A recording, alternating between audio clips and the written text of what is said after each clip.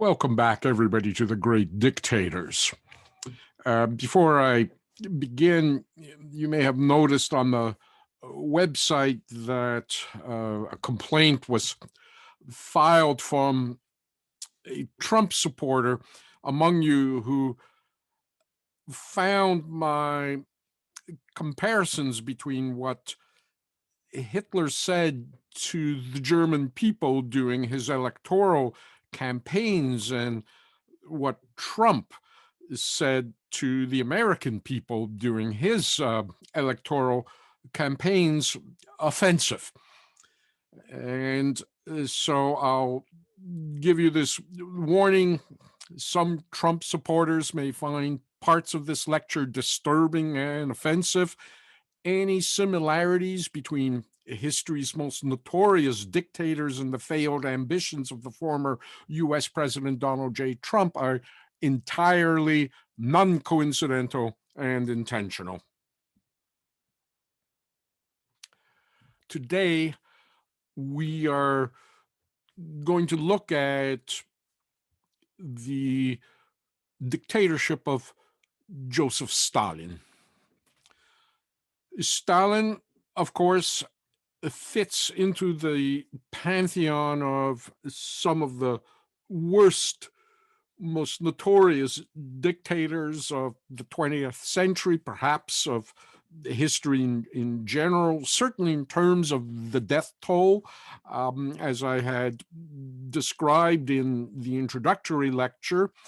Stalin killed more people than Hitler ever did, and probably more than the estimated 23 million. And we're talking again about outright murder here. And so we'll look at this particular notorious dictator and exactly what Stalin's story is and was. Joseph Vissarionovich Djugashvili, born in Gori, Georgia, 1878. That's his birth name. He will be about 10 years older than Hitler.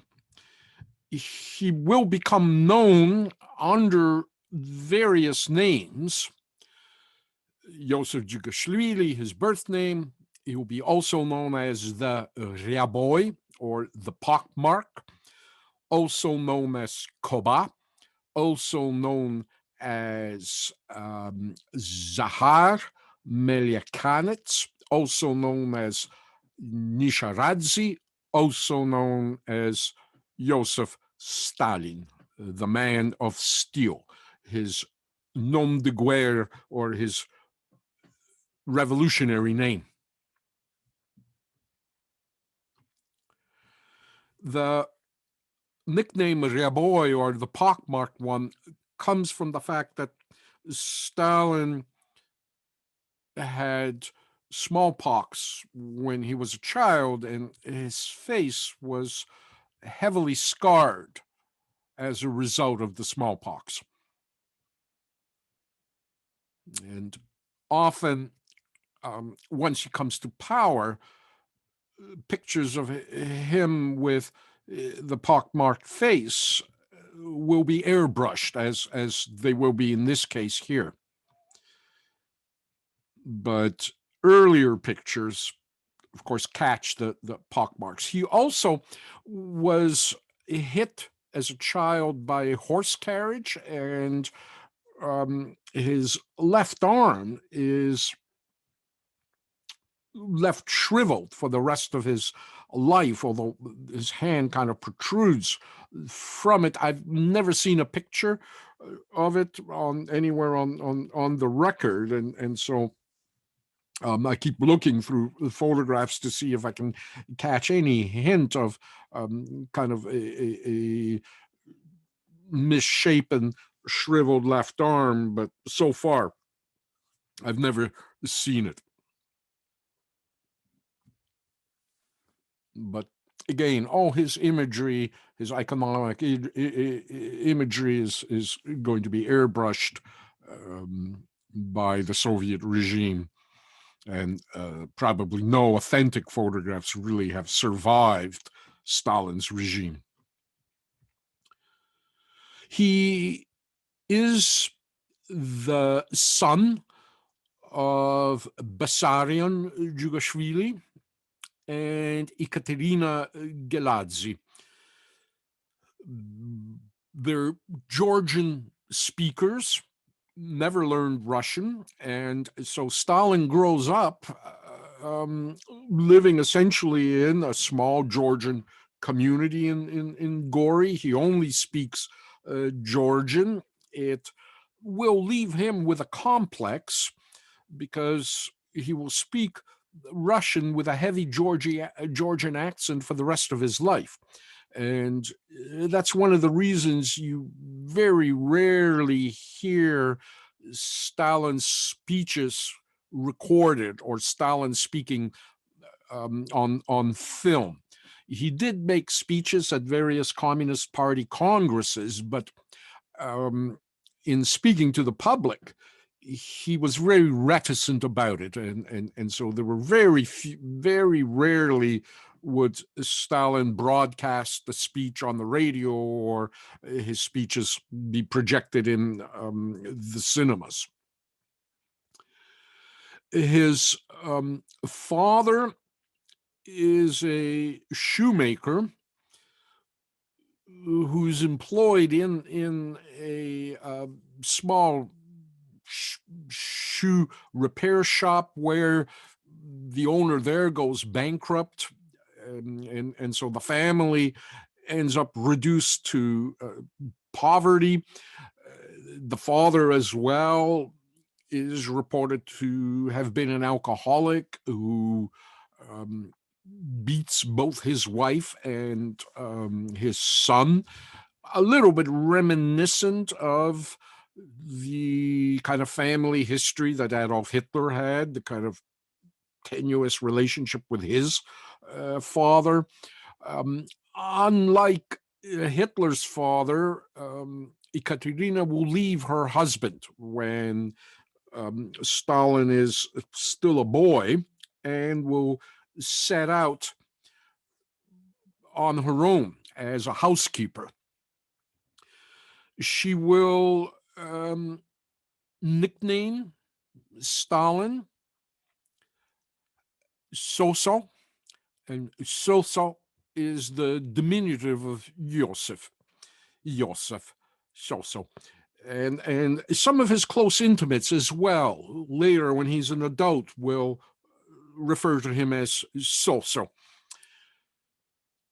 Ekaterina goes to work as a housekeeper for a priest in Gori, and that priest arranges for Stalin to be admitted at the age of 10 into the Gori church school.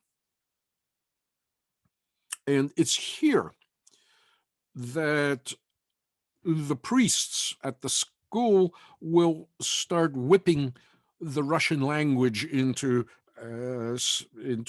Yosef. And it's probably here that he develops his first resentment of the Russian Empire, as it's mandatory that Russian is taught and used in the educational system. And this sets the first seeds of his rebellion against the authority of the Tsar in Moscow, over Georgia, as well as generally a revolutionary mindset. He excels academically at school. He shows talent in painting, in drama classes. He likes writing plays. He writes his own poetry.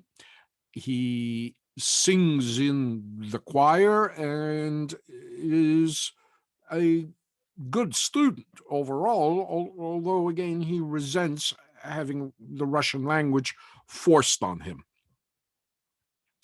When Stalin turns 16, he is enrolled in a seminary in Tiflis to study for the priesthood. There, he continues writing poetry, and he will publish 5 poems in a Georgian national newspaper under the pseudonym of Sosello. And the poems end up being republished later in various anthologies of Georgian poetry and are actually considered minor Georgian classic works in poetry. The poems celebrate Georgia, Georgian patriotism, the landscape and nature of Georgia, its mountains. And so, again, Stalin is emerging at first as kind of a Georgian nationalist. Increasingly, while in the seminary, he becomes rebellious, and often he's confined by priests in his cell as punishment for his rebellious activities. He begins to identify himself with a character in a popular 1882 novel by the Georgian author Alexander Kazbeji, The Patricide, in which the protagonist is a young Georgian rebel by the name of Koba. And that too will be his alias at certain points. In the novel, Koba is unjustly imprisoned by a rival for the hand in marriage of Koba's true love. But he escapes from prison and takes revenge. But in the end, the story ends tragically with the death of the object of Koba's life. A friend of Stalin will recall, quote, Koba became So-So's god and gave his life meaning. He wished to become Koba. He called himself Koba and insisted we call him that. His face shone with pride and pleasure when we called him Koba. End of quote.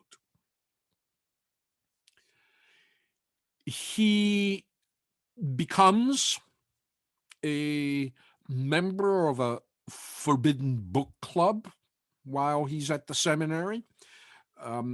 It's in this book club that he will begin reading Marxist literature, including Karl Marx's Das Kapital.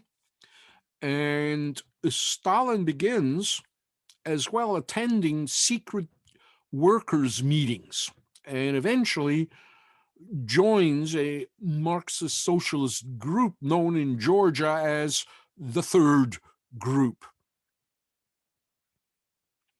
At the age of 21, he'll leave the seminary and he'll go to work as a meteorologist.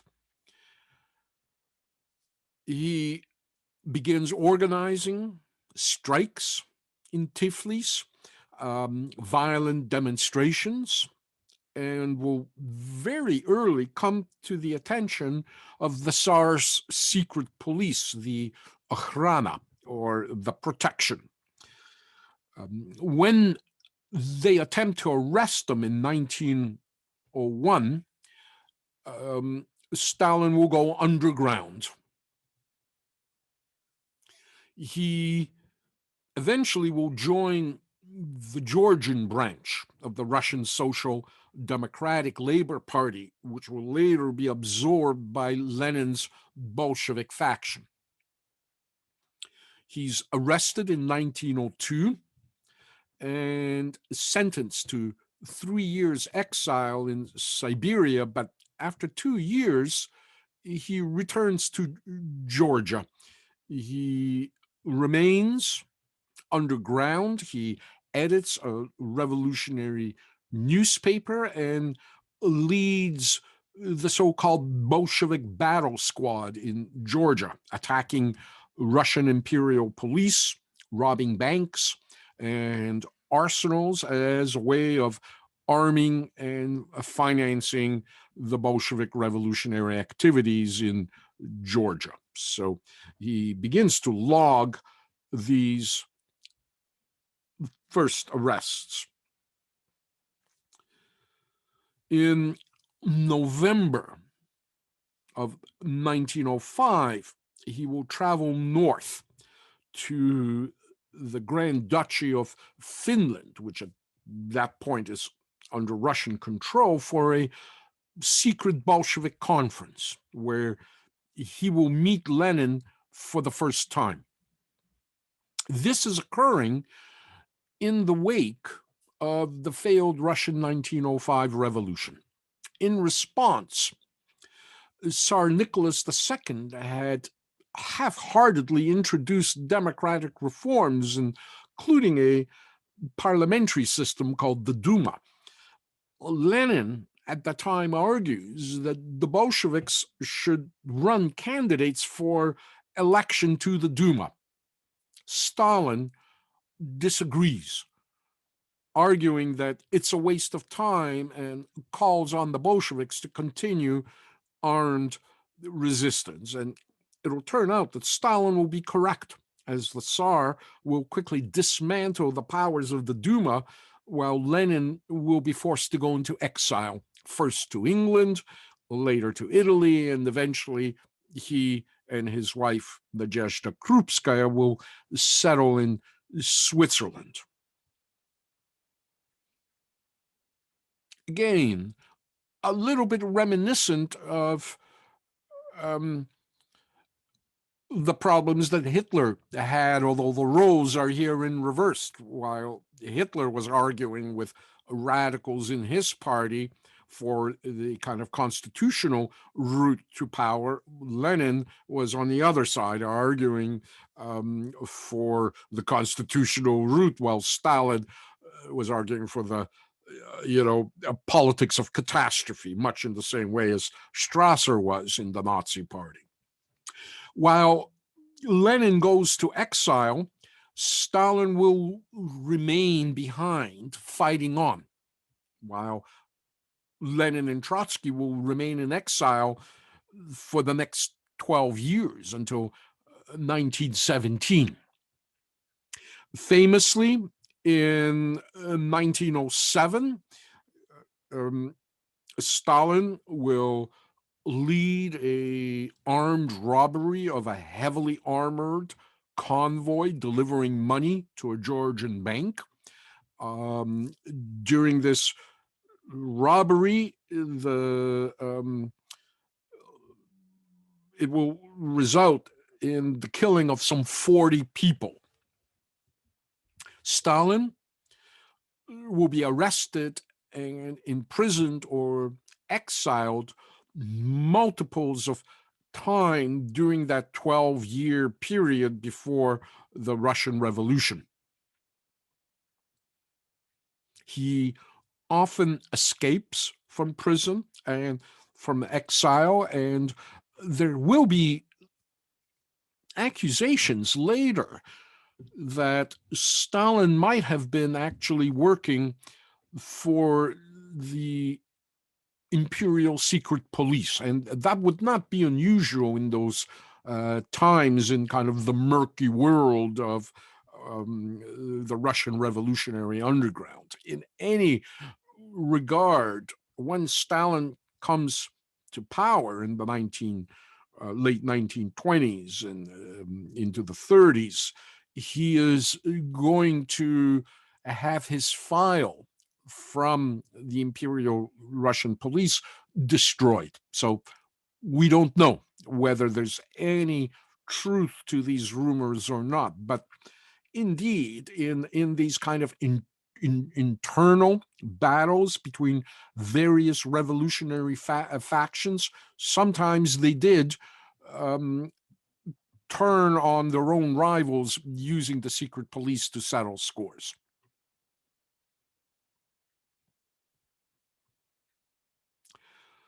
Stalin will marry in 1906 Kata Kato Svanidze. The marriage is in a church ceremony, and she will bear him a son, Yakov, in 1907. In November of 1907, Cato will contract what is likely to have been typhus, and she will die. Stalin is a fugitive underground at this moment, but he will attend her funeral. And surprisingly, he's actually photographed at the funeral. Reportedly, he says, quote, "This creature softened my heart of stone.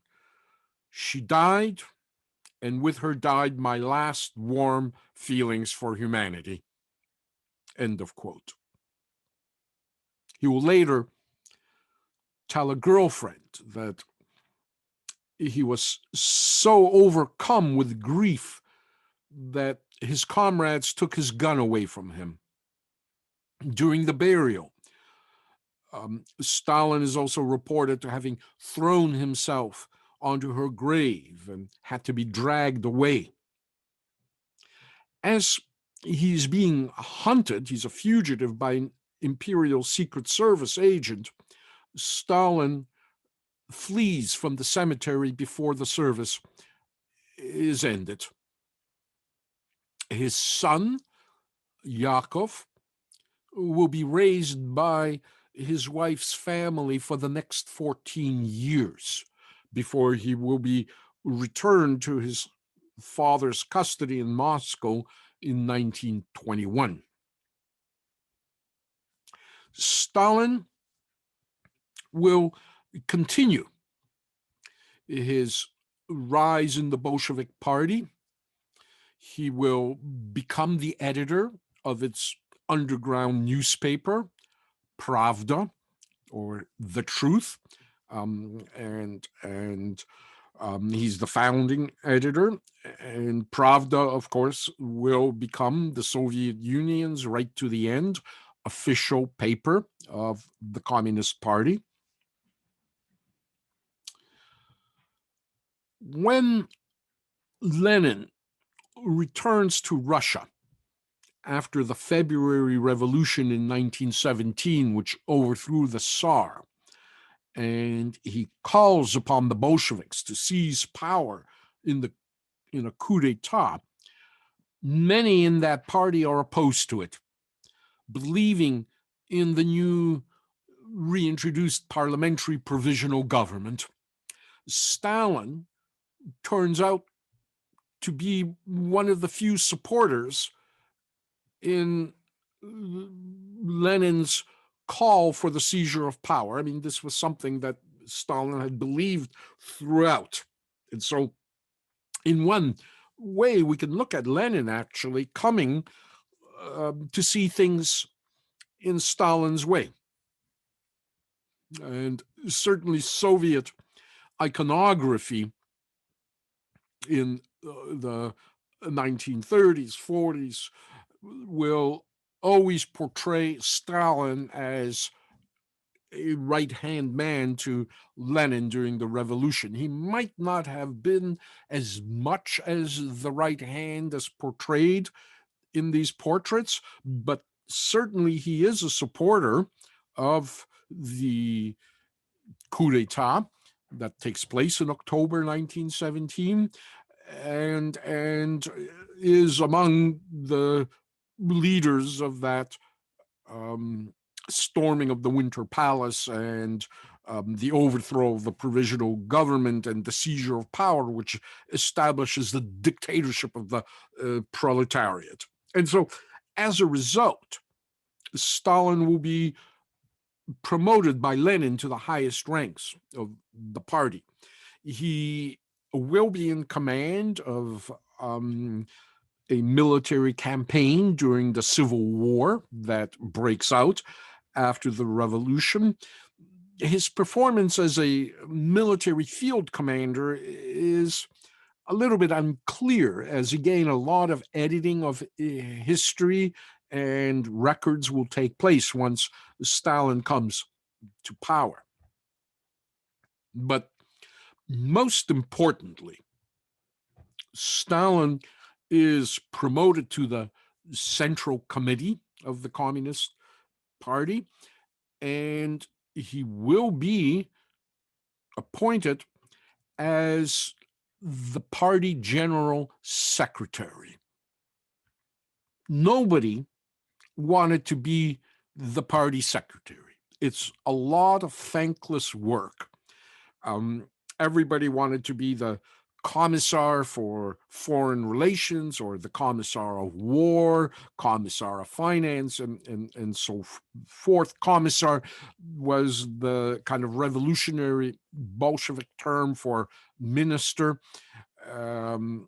But Stalin happily takes the position of party secretary. And this will be key to his coming to power, because one of the jobs of the party secretary is to make party appointments throughout Russia. And so, as party secretary, of course, Stalin begins appointing his friends and allies into various positions throughout the Communist Party. And over the years, he will create this block of backers and supporters within the party organization.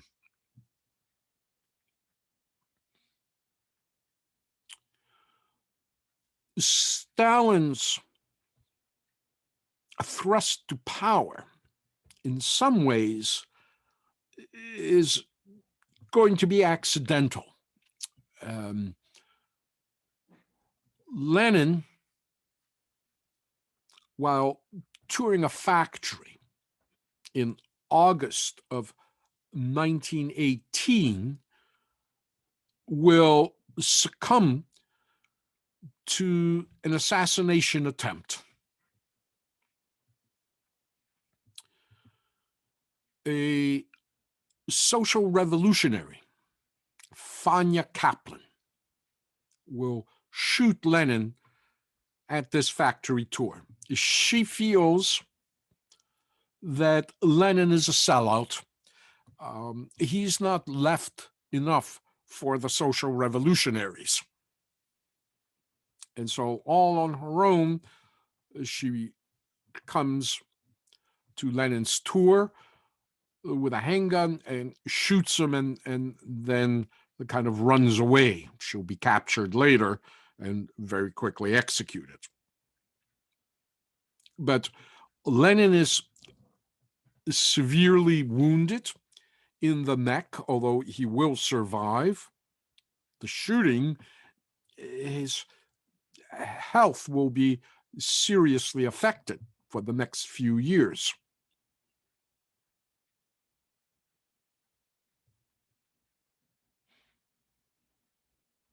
Here's a picture of Fanya Kaplan, the assassin.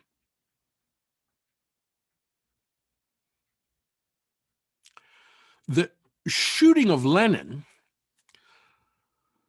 will result in the kind of super emergence of the secret police, a new breed of secret police. They're In fact, at the moment that Fanya Kaplan in August of 1918 shoots Lenin, there are conspiracies to assassinate Lenin, and in fact, the entire Central Committee under the joint supervision and financing of the British, French, and Americans. These conspiracies are run out of the embassies in Petrograd, as St. Petersburg will become known before it's renamed Leningrad.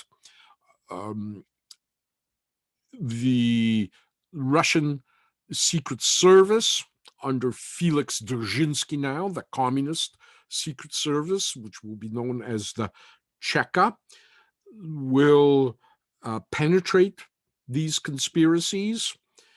And in fact, some of the diplomats will be arrested. One is actually killed during an arrest, and the British, in response, will seize Russian diplomats in London, and there'll be kind of an exchange that will take place. But Lenin now, from his sickbed, will unleash a reign of terror under Felix Dzerzhinsky. Dzerzhinsky himself is kind of a Polish, ethnic Pole, living in Russian Empire. Remember, at this point, Poland just has been recreated. It had been snuffed out by the Russians and the Prussians and the Austrians in the late 1700s. So a lot of ethnic Poles were living under the Russian Empire and became revolutionary. Felix Dzerzhinsky is a member of the Polish aristocracy, but he becomes a revolutionary and spends half of his life imprisoned by the imperial Russian authorities before he himself becomes head of the Cheka as the first generation of what's going to become the KGB is known. And Dzerzhinsky now will undertake these massive arrests, mostly based on class. Former officers in the Tsar's army will be arrested. Members of the middle class, the bourgeoisie, will be arrested. And in fact, hundreds and thousands of people will be arrested and shot. In fact, I think in 18 months, Lenin, Dzerzhinsky, and Stalin end up killing in those 18 months as many people as the Tsar had executed over a period of 20 or 30 years, some extraordinary number. And Dzerzhinsky will essentially set the agenda for secret policing in Russia, which Stalin will certainly believe in himself. As Dzerzhinsky would say, the people are everything, persons are nothing. In other words, better to arrest, 99 innocent people to catch one guilty person than let one guilty person escape. As Dzerzhinsky would like to say often, the fact that you are free is not your achievement, but rather a failure on our side. So it's certainly Lenin who introduces the system of terror into Russia. Stalin will essentially take it to the next step. And so this period is very bloody in the aftermath of the Russian Revolution. It takes place, of course, partly during the Civil War. Millions of people will be consumed in the Civil War, and both sides, both the so-called whites and the reds, will be committing atrocities during this war. But this is something that Stalin essentially learns how to do and how to manage under Lenin.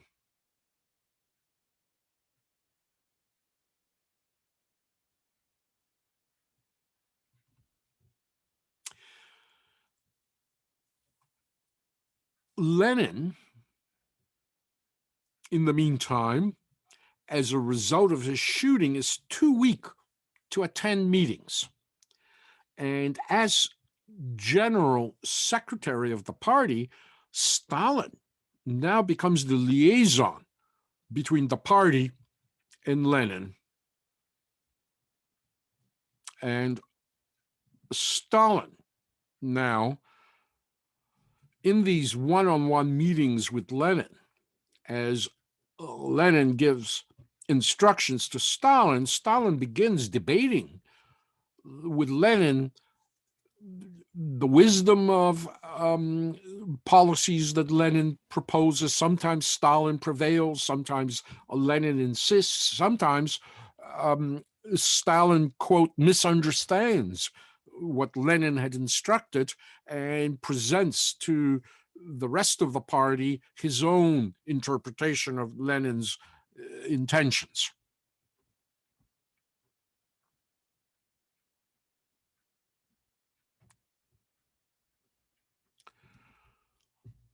Stalin is certainly hated by Lenin's close circle, in particular by Lenin's wife, Nadezhda Krupskaya.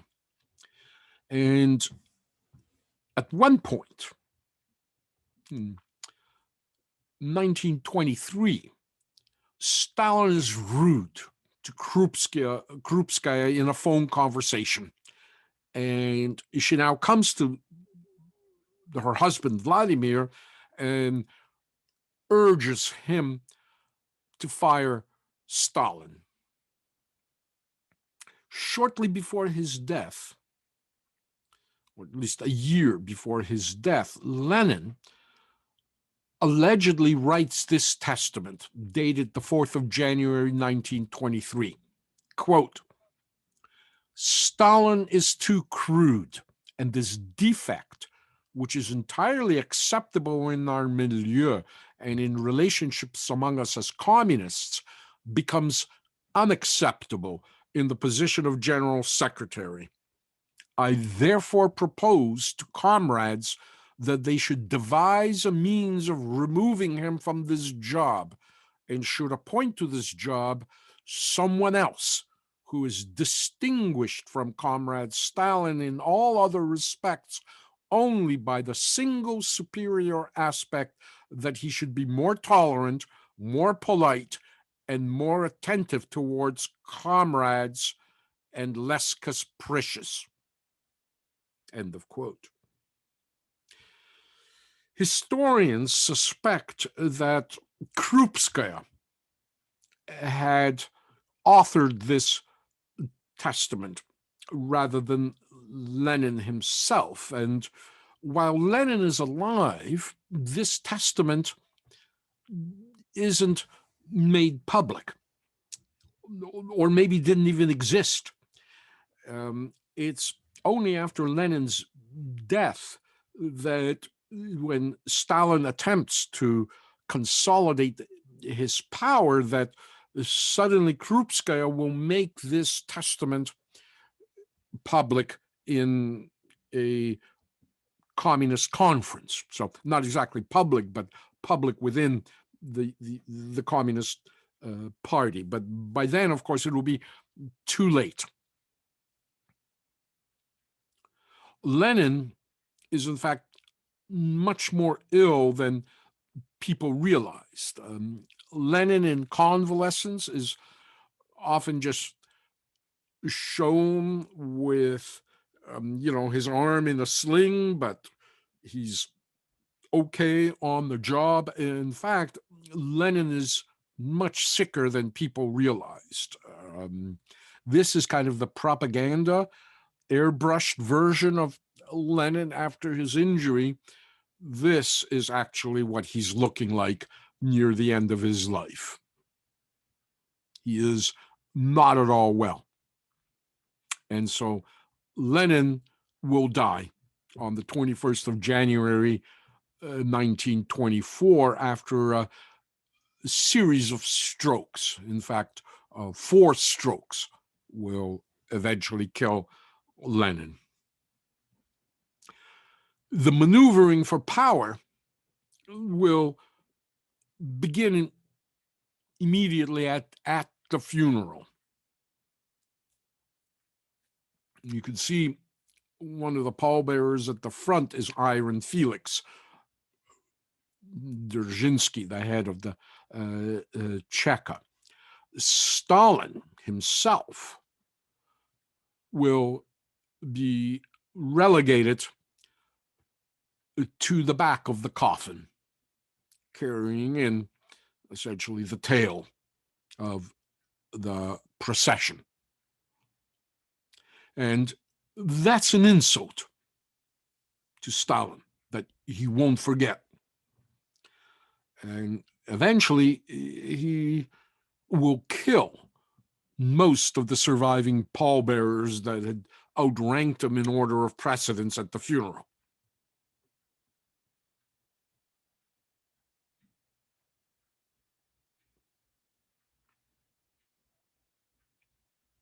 Stalin now, in the wake of Lenin's death, will lay claim to being the interpreter of Lenin's political will and policy plans. Everything Stalin does, he will claim to be doing it in fulfillment of Lenin's vision, his plans, and intentions, as he, Stalin, interprets it. Stalin, now continuing as party secretary, will begin to divide and conquer his opponents, and will build around him a nationwide apparatus of loyalists that he had appointed into the various offices within the Communist Party. Stalin will reject Lenin's and Trotsky's call for world revolution, or a permanent revolution, or what Trotsky would describe as proletarian internationalism, or kind of the slogan of the Communist Party is "Workers of the world, throw off to your chains, workers of the world, unite."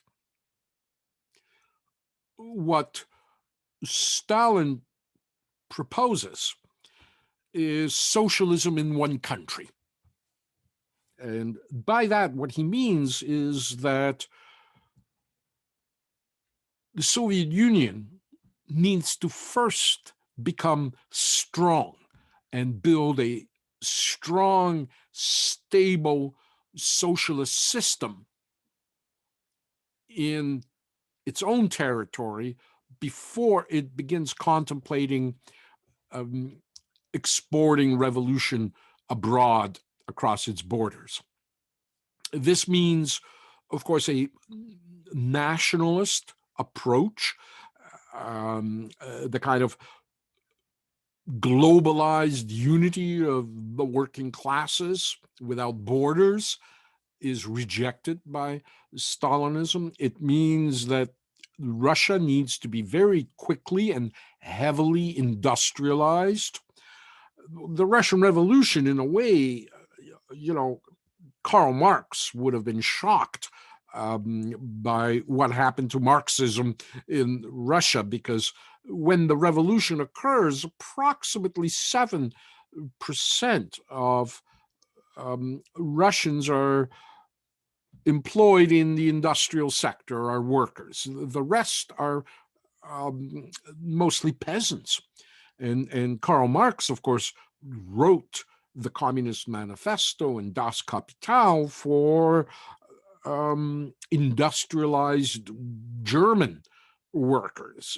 Marx based his theories on what he saw happening in Germany, and kind of in the industrialization process that was unfolding in Germany by the 1840s when he wrote the Communist Manifesto. It was never intended for Russia. It was never intended for agrarian societies like Russia, like China later, or Cuba, or Vietnam, and so forth. The Marxist revolution is supposed to come after industrialization. And so already Stalin's call for this kind of industrialization and a different model begins to identify a different path for the revolution that Stalin begins to interpret. One of the first things that Stalin will do, he will encourage American business to expand in the Soviet Union throughout the 1920s and 1930s. It already has begun under Lenin, when Lenin as well introduced this policy called NEP, New Economic Policy, that allowed temporary presence of foreign businesses and small-time capitalism in Russia. Stalin will cancel NEP, but he will encourage foreign businesses, particularly American businesses, to expand into the Soviet Union. And starting from the mid-1920s, there will be a heavy American presence inside of Russia, despite the fact that the United States suspended diplomatic relations with the Soviet Union in 1917. American business, however, continues. So the Ford Motor Company is building both tractor factories and car factories in Russia. There's a lot of Americans traveling to Russia looking for business opportunities in the 1930s.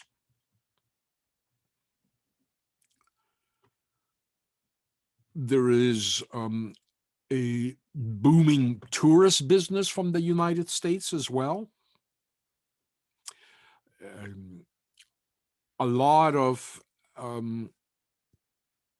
people are going for various reasons to the USSR because kind of the Soviet Union has a more assertive policy on the role of women in society. Many American women are traveling to the Soviet Union, seeking opportunities there, as reported in certainly American media, some merely in search of thrills or of husbands, but there is kind of opportunity for education, for various professional courses. It's much easier, for example, to get certified as a pilot if you're a woman in Russia than it would be in the United States.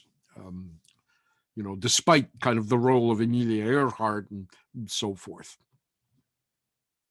A lot of, as well, women who were involved in the suffrage movement. Women, of course, are granted the vote in the United States, same time as they are, almost same time as they are in Britain after the First World War.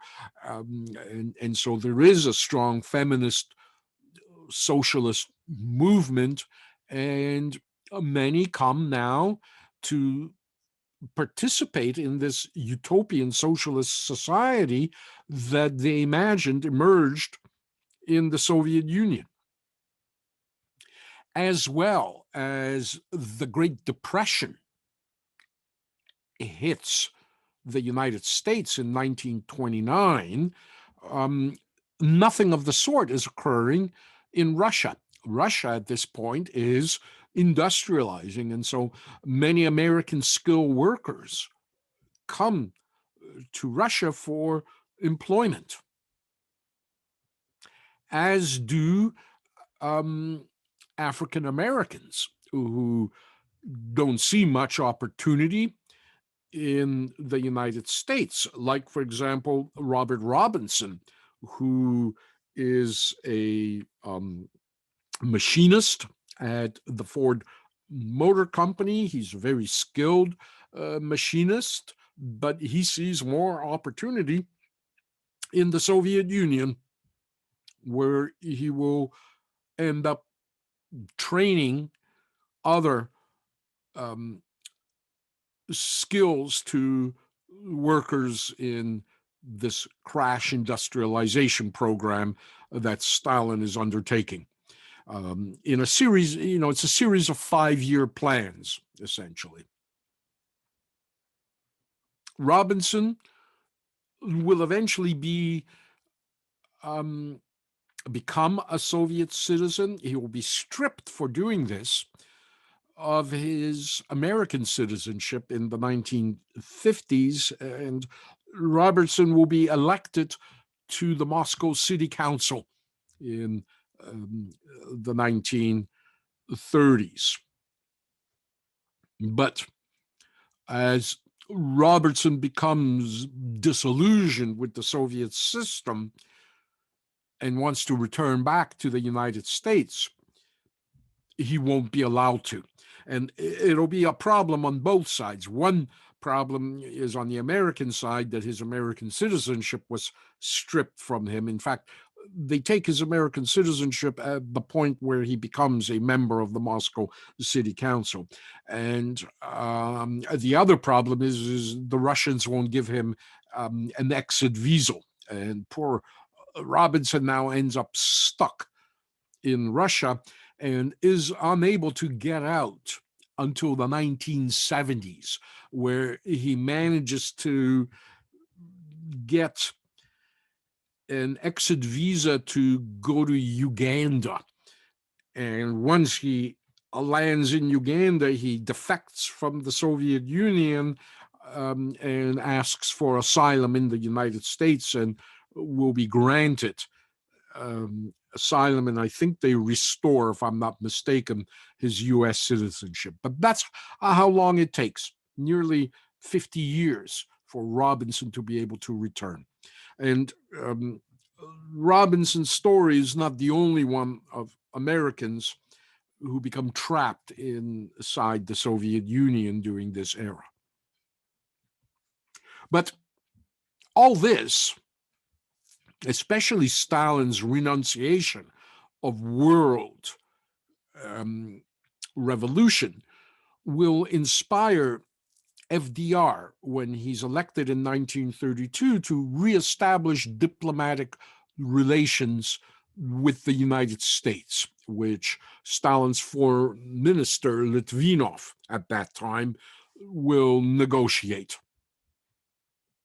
And so in 1933, Russia and the United States now reestablish diplomatic relations for the first time since they broke in 1917, despite, again, all this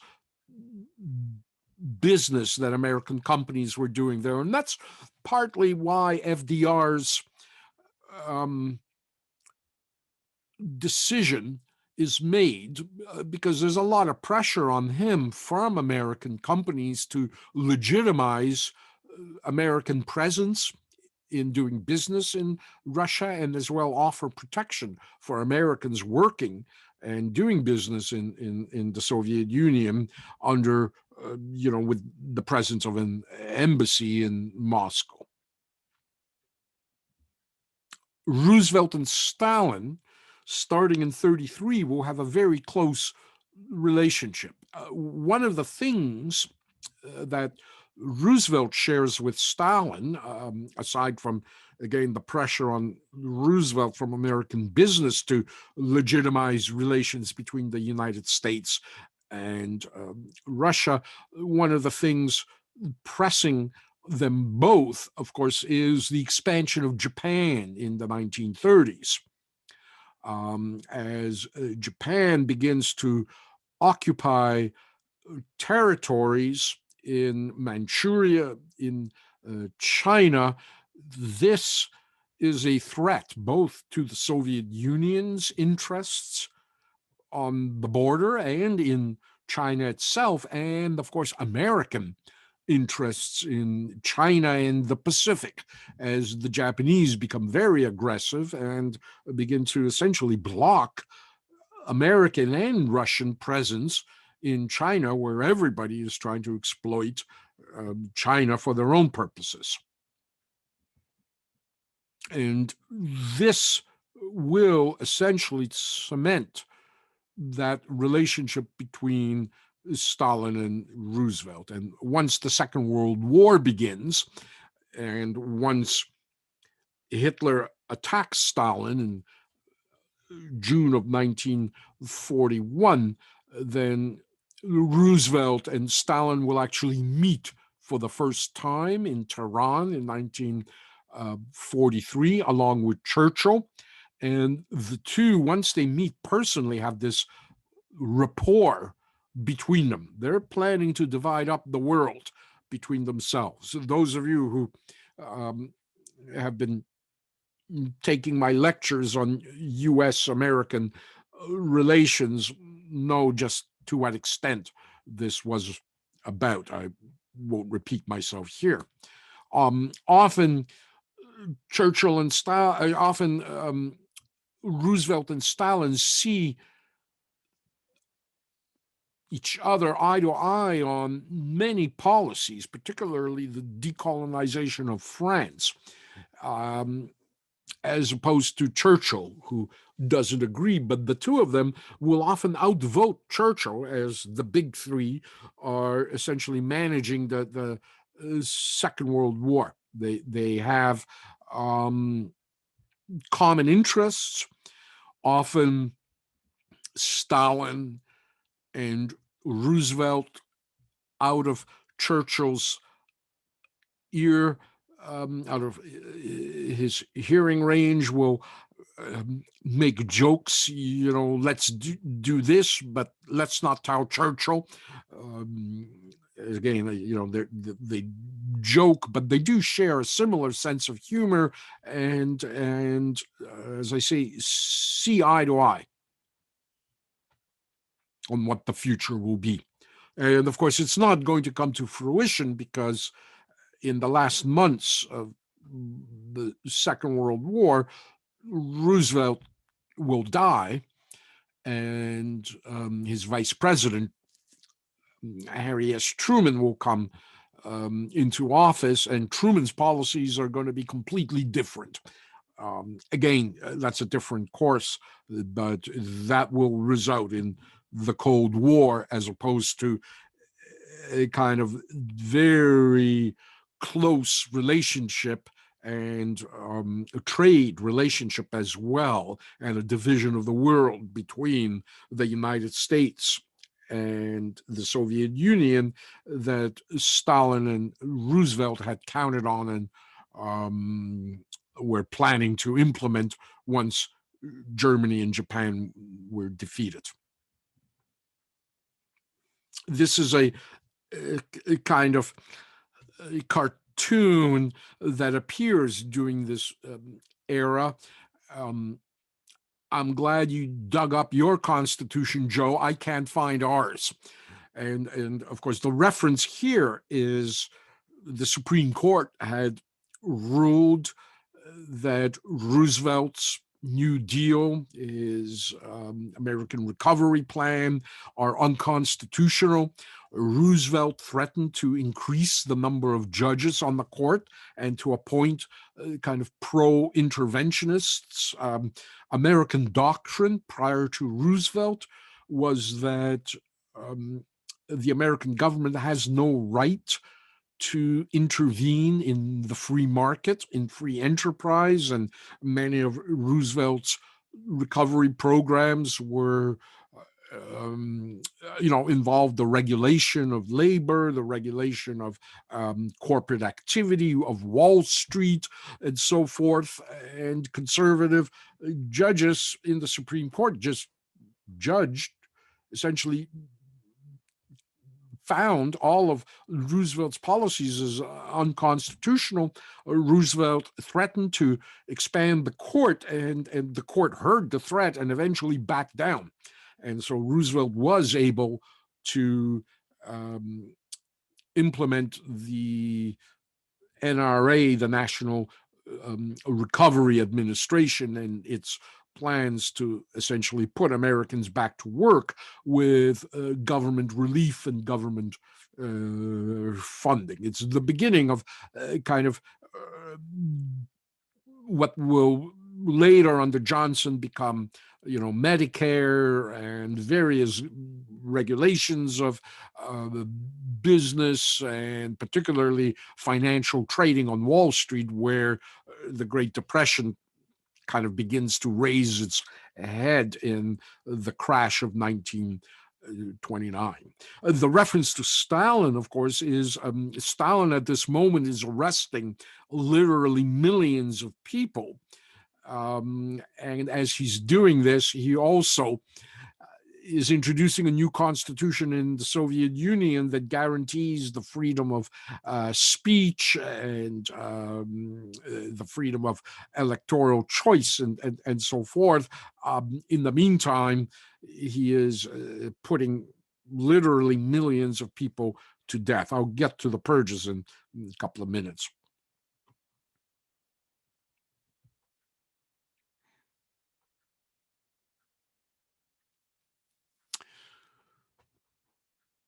In the meantime, throughout the second half of the 1920s, since the death of Lenin, Stalin begins engineering the destruction of his opposition in the Communist Party among the old Bolsheviks and Lenin's former senior collaborators. He plays one faction off against the other, then the next faction against the next faction, allying himself with one faction against the other, then betraying them. And so between 1923 and 1929, there's a number of kind of oppositions that Stalin puts down. The left opposition faction led by Trotsky, the United Opposition faction, and then the right opposition faction, as it will become known, and then the old Bolshevik opposition faction. At this point, the result of these suppressions of his opposition is the expulsion of these senior figures from the Communist Party. They're not yet being arrested or charged. That will come later, but they are being expelled from the Communist Party. The main enemy is Bukharin and Trotsky, the most radical of the revolutionaries, the ones who are calling for world revolution. Trotsky, of course, is very powerful. He sees himself as the heir to Lenin, and many people agreed. He's probably the most able of the revolutionaries. He's born as Leon Bronstein. He will change his name again to Trotsky. That will be his revolutionary name. He will go into exile before the revolution in New York City, where he lives and edits a newspaper there before returning to Russia after the February Revolution. When the Civil War breaks out, Trotsky is the Commissar of War. He essentially builds the Red Army. He builds the GRU. the Russian Defense Department's military intelligence unit, the one that actually was involved in um, the electoral interference that was done. That wasn't the work of the SVR, the succeeding agency of the KGB. It was the work of the GRU, and the GRU never changes its name to this day. It's named exactly as Trotsky had originally named it in 1918 when it was formed, the GRU. It's probably much more powerful and extensive than the KGB ever was. In fact, not probably, is. And as I say, still active. And of course, Trotsky will now accuse Stalin as the grave digger of revolution. And of course, Trotsky is first expelled from the Politburo, then he's expelled from the party, and thus begins this battle to the death.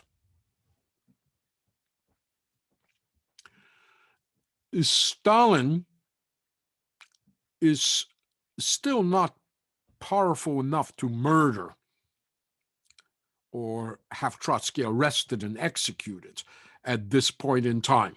And so Stalin now forces Trotsky into exile, something that he will regret immediately. Trotsky will end up in Turkey. Once Stalin realizes that Trotsky is becoming this focus of dissident communists, and in fact, to this day, you have a flavor of communism, the Trotskyites, the ones who are, calling again still for global revolution. Stalin attempts to engineer a number of assassinations of Trotsky, and every time the assassinations fail, and Trotsky ends up going from Turkey eventually to Norway.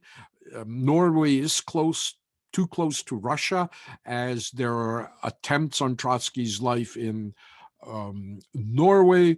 Trotsky eventually makes his way to Mexico, where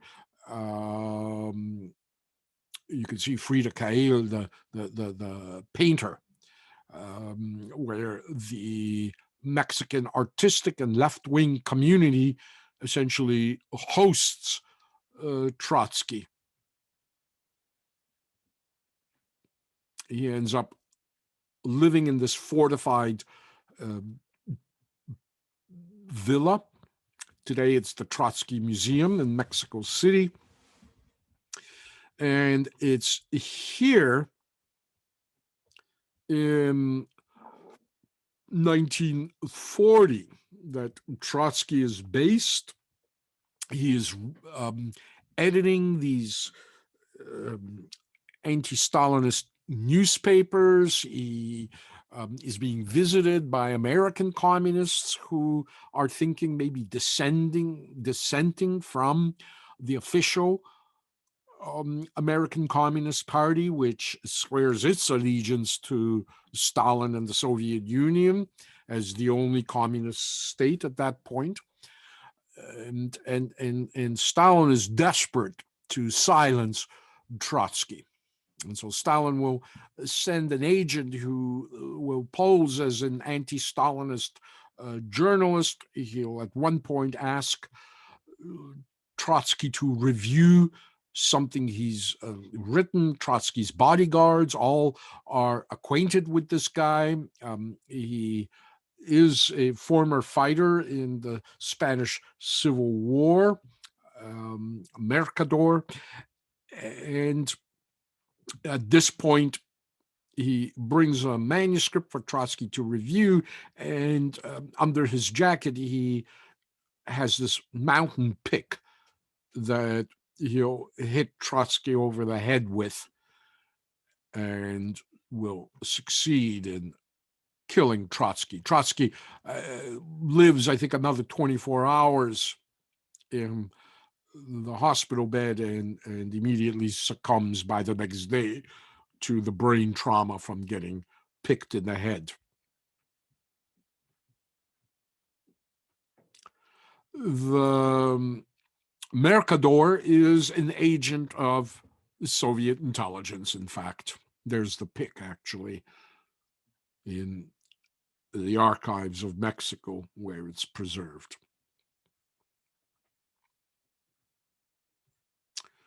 Mercador is arrested on the spot. He's beaten up by the bodyguards, but he refuses to talk.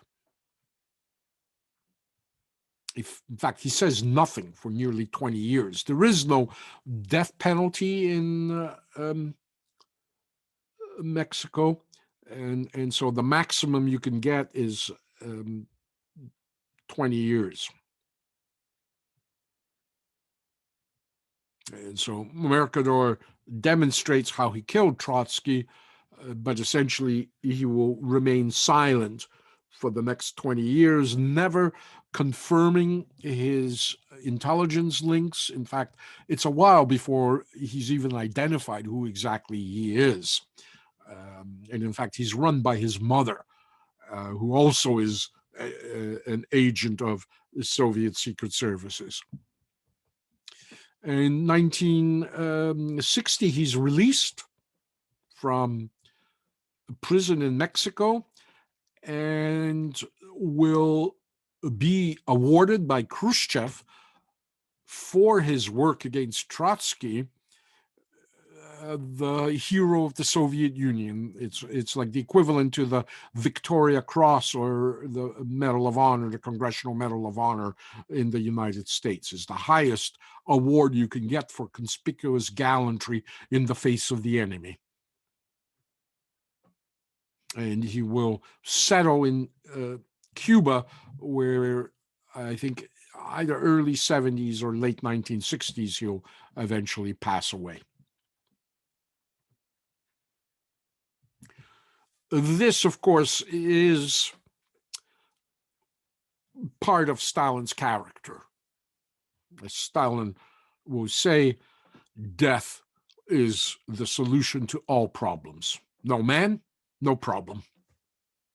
Stalin, as well, will comment to one associate to choose one's victims, to prepare one's plan minutely, to slake an implacable vengeance, and then to go to bed. There is nothing sweeter in the world. And indeed, it is an impeccably planned vengeance.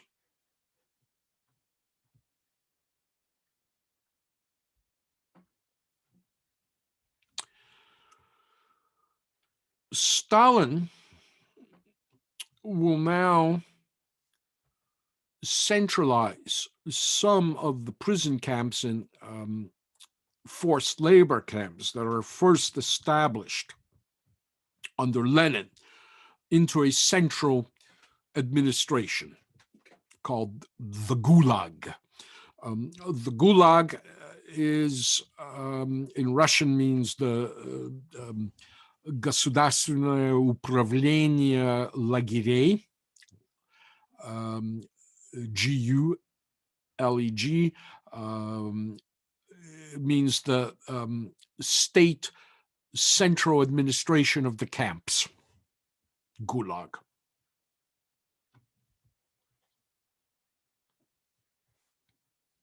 These are forced labor camps that Alexander Solzhenitsyn describes in his 3-volume study, the Gulag Archipelago.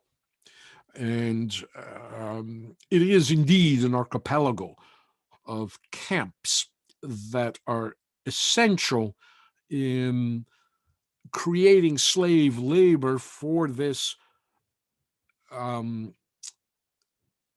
crash industrialization that Stalin introduces. And of course, um, the question is, of course, is how do you industrialize without capital? And the way you do it, of course, is rather than relying on capital, you rely on slave labor, forced labor. And that's what those 5-year plans are about. And that's what this Gulag archipelago is going to be about. Millions of people will end up sometimes for just arrested at random for no offense, sometimes arrested for minor offenses in this lethal slave labor system. Slavery Incorporated, as this American article describes it. And so millions of people will end up enslaved building factories, canals, railways, mining in Siberia, building ports, wharfs. The infrastructure of industrialized Soviet Union is essentially crash built in a period of a decade, the 1930s, using these masses of slave labor.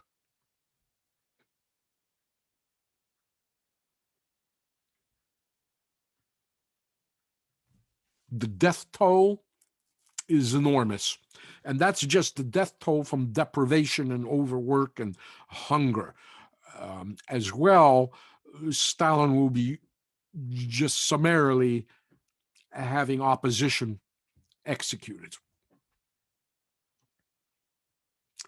Dzerzhinsky by now is dead, but other people will step in his place. And it's interesting that you kind of have these kind of poets and artists and former aristocrats who become the heads of the what we call the KGB, but as I say, there's going to be an alphabet soup of names: OGPU, GPU, NKVD, MGB, and so forth before it becomes the KGB. Basically, they're referred to this day in Russia as the organs. They're referred to generically because certainly the names change so often. So once Felix Dzerzhinsky dies, Vyacheslav Menzinsky takes over. Once Menzinsky dies, I think of natural causes. Dzerzhinsky as well dies of overwork, essentially. Once Merzinsky dies, he's again replaced by this former aristocratic fop of a poet, Genrikh Yagoda. And Yagoda, of course, means berry, and so he'll become nicknamed the poison berry. And it's Yagoda who will run these massive slave labor industrialization projects for Stalin.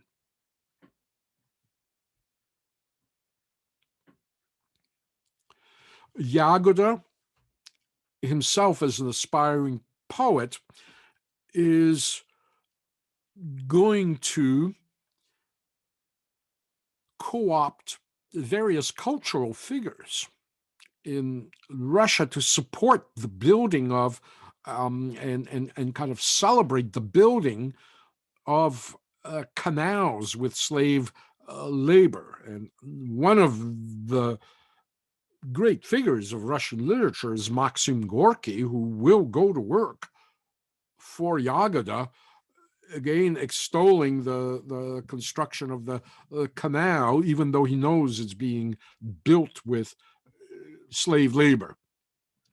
Gorky has a long relationship going back to Lenin's time in exile. In fact, Gorky lives in this villa in Capri in Italy, and he'll host Lenin and his wife in Capri, Italy, at this villa where there's a series of chess matches. Here's Lenin, a series of chess matches that Lenin and Gorky engage in between going down to the sea and enjoying Capri. This is the villa today. It's still there. Same view, but they kind of, I think, installed the swimming pool now on the terrace. So you could actually stay at this villa. It's a hotel in Capri's and sit out on the same terrace where Lenin and Gorky played chess. This is around I guess 1909, maybe a little bit later. I'll tell you in a minute. The chess games are as well available on the internet. If you want to see Lenin's ability at chess, you can replay the game as Lenin and Gorky played it. 1908 is when these chess matches took place. Villa Blazes. Here, from 1906 to 1909, Gorky lived and hosted Lenin.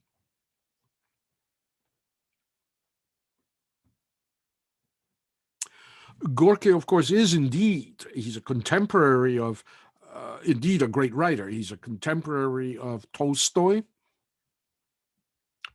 He is as well a contemporary of Mark Twain, who will host Gorky in New York City. Gorky is, as I said, recognized as this kind of revolutionary poet. A lot of Americans at that time are critical of the Tsar's despotism, and so Gorky is lauded by Americans as a democrat in Russia. Gorky, again, is famous for a number of quotes. A good man can be stupid and still be good, but a bad man must have brains. Weak souls need lies. Gorky will leave Russia during the Civil War, but in the 1920s, late 1920s, Stalin will persuade Gorky to return to Russia, and he will, where he will be feted and made the poet laureate of the Soviet Union under Stalin. Stalin, himself a former poet and artist, is very close to artists and poets and painters. He intervenes in disputes, for example, between theater directors and the theater management. He takes the time often to review manuscripts of books that are about to be published. Sometimes he edits the actual books, or he gives notes, as they say in Hollywood, on proposed plays. He's very much involved in Russian cinema, and he sometimes, when censors and authorities ban an artist's work, Stalin sometimes will take an appeal from an artist and lift the ban, lift the censorship.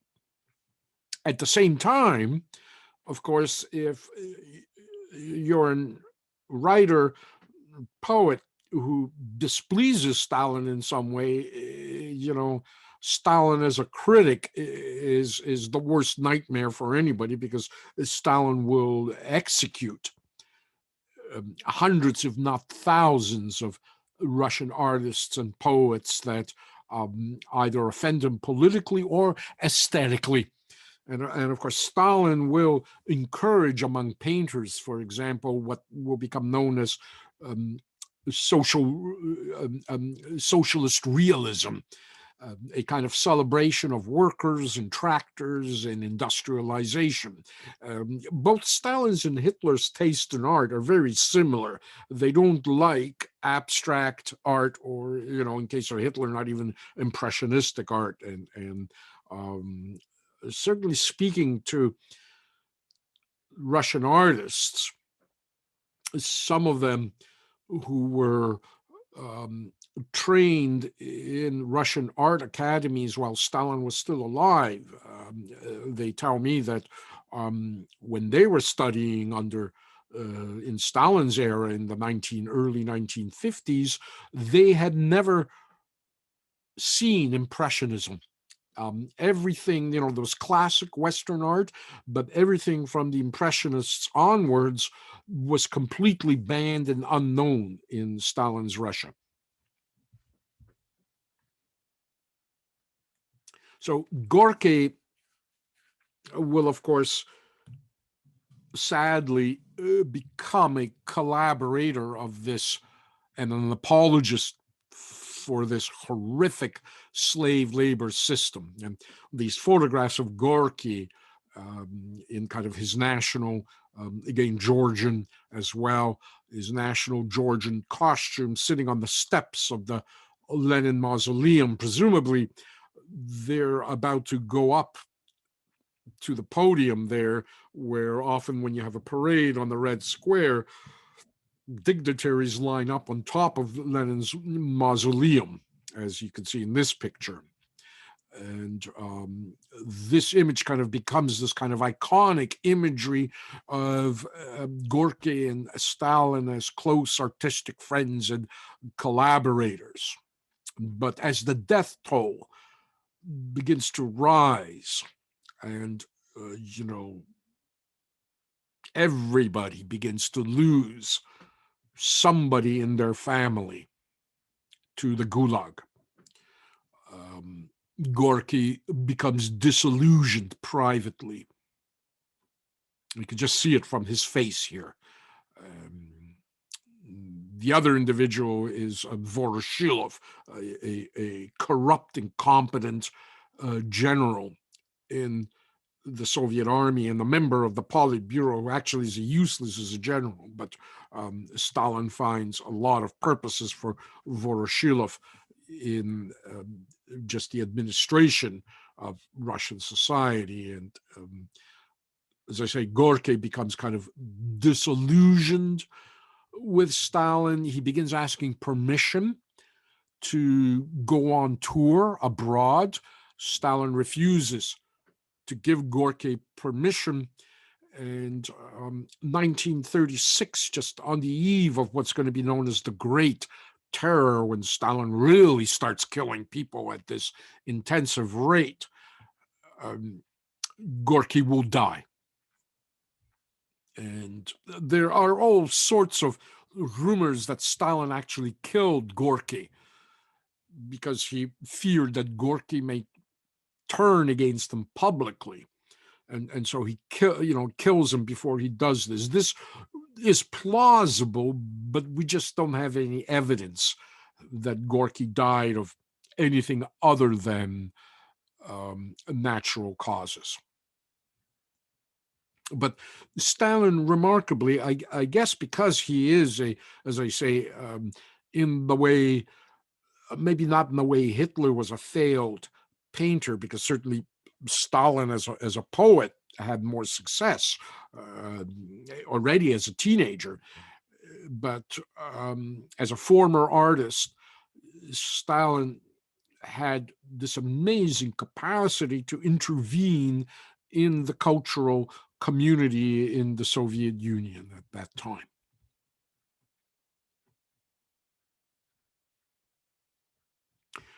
Yagoda, as I say, is going to oversee the slave labor systems, building canals. Here you can see another collaborator of Yagoda's, the young Nikita Khrushchev, who himself will have a lot of blood on his hands when he becomes the premier, or sorry, the party secretary in the Soviet Union after Stalin's death, and will later introduce all these reforms denouncing Stalin.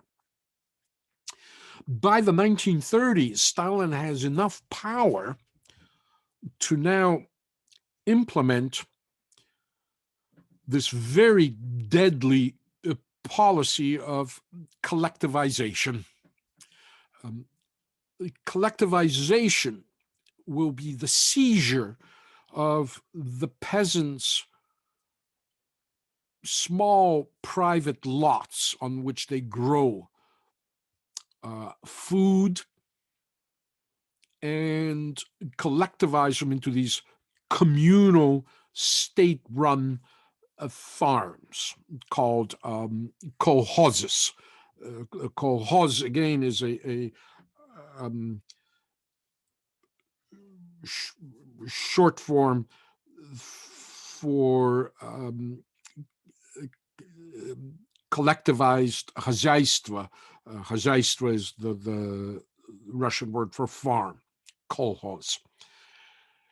And so millions of peasants, mostly in the Ukraine, because certainly that's the agricultural breadbasket of the Soviet Union, are now stripped of their cattle, their livestock, their property, and put to work on this kind of collective production, agricultural production. And it's a huge failure as the cities begin to absorb a lot of the harvest, while the actual peasants who are producing it end up essentially living on starvation rations. Many of them will try to hoard food or hide food, as you can see in these pictures. And of course, now the secret police fans out into the countryside and will start killing off any peasant who dares to, hold back a potato or a tomato, anything that's grown, or an ear of corn.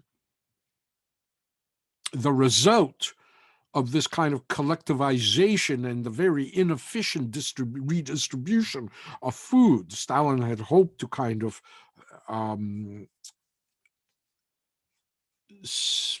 level the availability of food and nutrition for the entire country, but it ends up going essentially to the cities that produce nothing, while the people that produce it are stripped of actual sustenance. And so you have this man-made famine, something that is going to occur as well in Mao Zedong's China. That the great death toll he has partly has to do with his attempt to collectivize the peasants, despite its failure in the Soviet Union, or at least its failure in terms of how many people it kills, because Stalin will continue running the collectivized system, and it will, right into essentially Gorbachev's era, it will remain collectivized in the Soviet Union. But people are literally starving and dying of starvation. And again, as I say, any attempt to hoard an extra potato or a pickle or anything will result in your immediate execution by Yagoda's secret police at that time. It's a great embarrassment, as well as American newspapers start reporting on this huge death toll. People literally lying dead in the streets, and people desperate to find anything that's edible.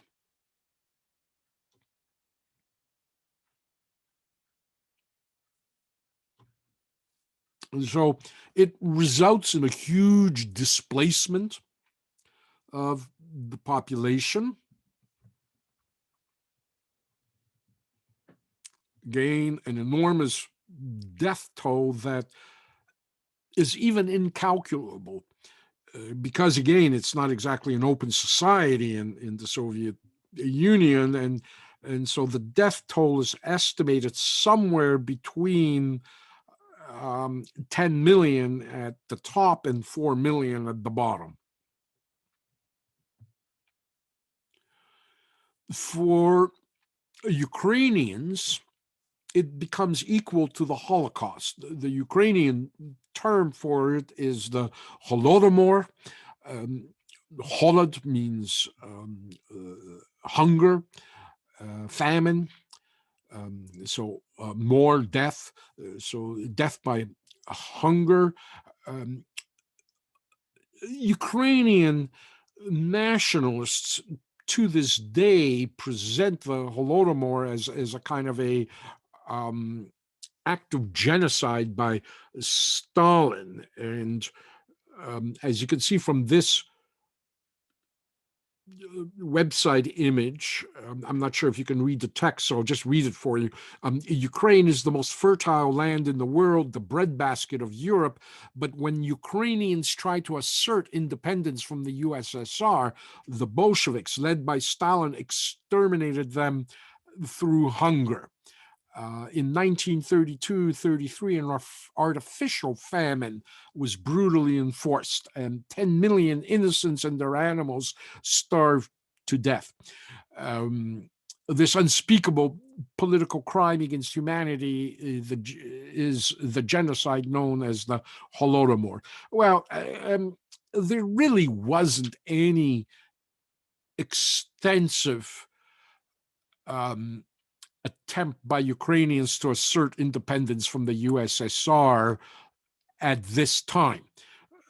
There always have been nationalist movements in the Ukraine, and there certainly were once the revolution occurs, but there wasn't a kind of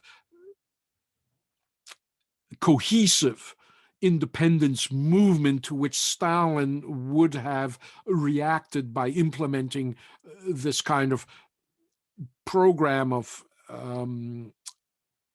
artificially induced famine in order to kill off the Ukrainian population. I think what happened here is what Stalin's objective was collectivization.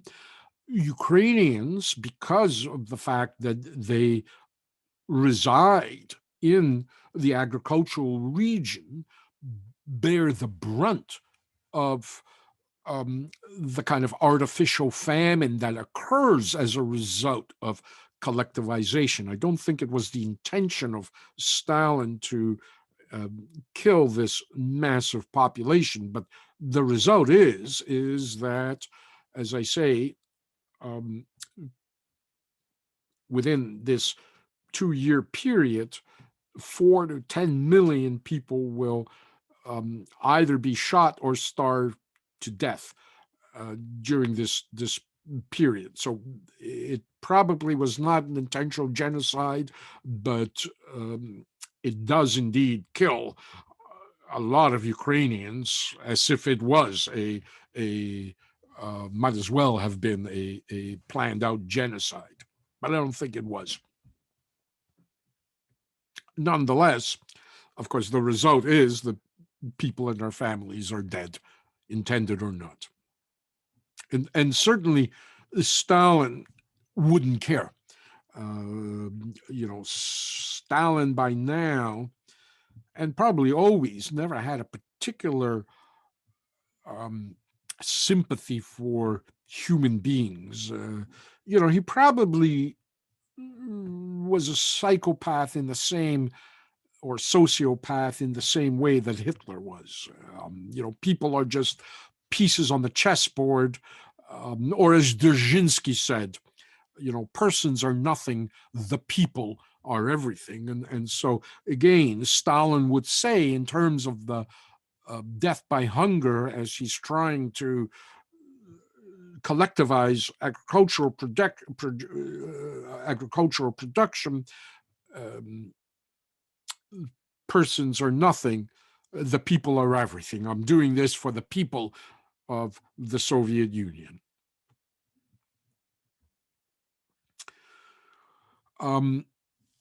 By now, Stalin is getting ready for a new series of um, purges of his former opponents and any possible new opponents. He now has Yagoda arrested and charged with unauthorized killing during the famine. The very thing that Stalin ordered Yagoda to do, he now accuses Yagoda of exceeding his orders and of unconstitutional killing. And so Yagoda now is replaced with Nikolai Yazhov, another kind of poet wannabe artist who ends up heading the Secret Service, the NKVD. Yazhov is also an old-time revolutionary. He's very short in stature, and he'll become known as the Poison Dwarf. Like Stalin, he likes hanging out with poets and artists. Stalin, as I said, was a great patron of the arts. Stalin sometimes would interrupt a meeting at the Kremlin to catch the last act of an opera or the ballet at the Bolshoi Theater, which is about, I guess, 3 minutes drive from the Kremlin, or 10 minutes, 15 minutes walk tops nearby. Sometimes, as I say, he would interrupt a meeting just to attend a particular aria or to see his favorite performer. And so Yazhov is similar in that way. Yazhov will now be in charge of a series of arrests and show trials, as they become known, of Stalin's former opponents, who are one by one accused of attempting sabotage. They will be denounced as the enemies of the people, while Yazhov will be celebrated as Stalin's Iron Gauntlet.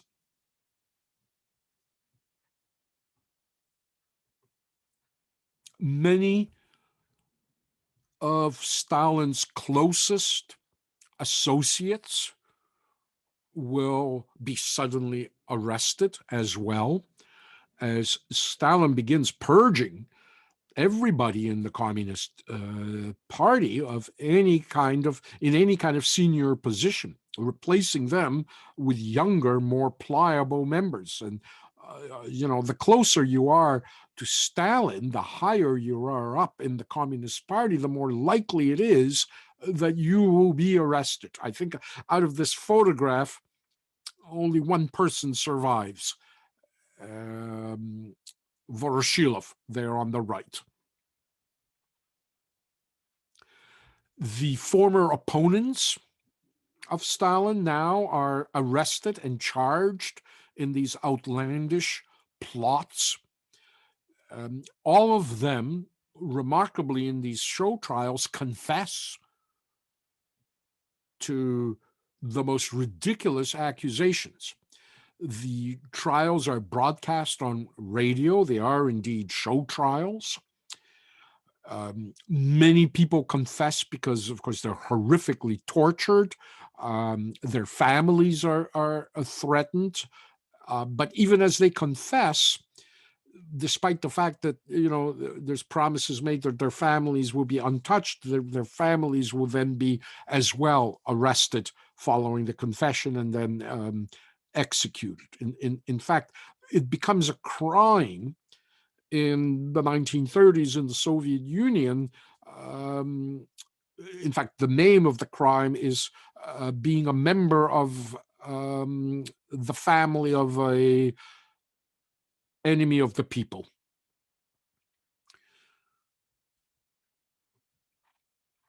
And so once the former senior Bolsheviks, the former opponents, are put to death, Stalin now unleashes between 1937 and 38 this intensive campaign to arrest and execute enemies of the people. They'll arrest approximately 4,000, 4,500 people a day. Half of them will be executed. And over a period of 18 months,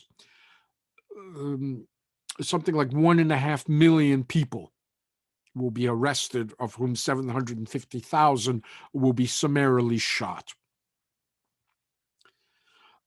He will begin arresting people so quickly and so intensely during the Great Terror that official photographs in newspapers or magazines, books, encyclopedias have to be airbrushed to remove the offending people, because they can't get the people together again to repose a new photograph or create a new group portrait of senior members. Here you can see the military command, and Stalin will essentially kill off 80% of the Red Army's officer corps. This is on the eve of the Second World War, when he'll need them the most. Stalin kills them off. In fact, almost every marshal and every general, except for a handful, will be executed. And very quickly, they're going to get airbrushed out of the pictures as one by one or two by two they're arrested. They begin disappearing from official portraits.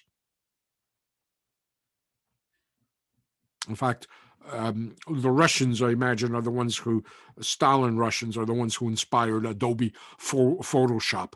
This kind of photo manipulation had to be done by hand, and Russians became masters at it. Eventually, they're killing people so quickly that they don't always have time to engineer this kind of photo manipulation.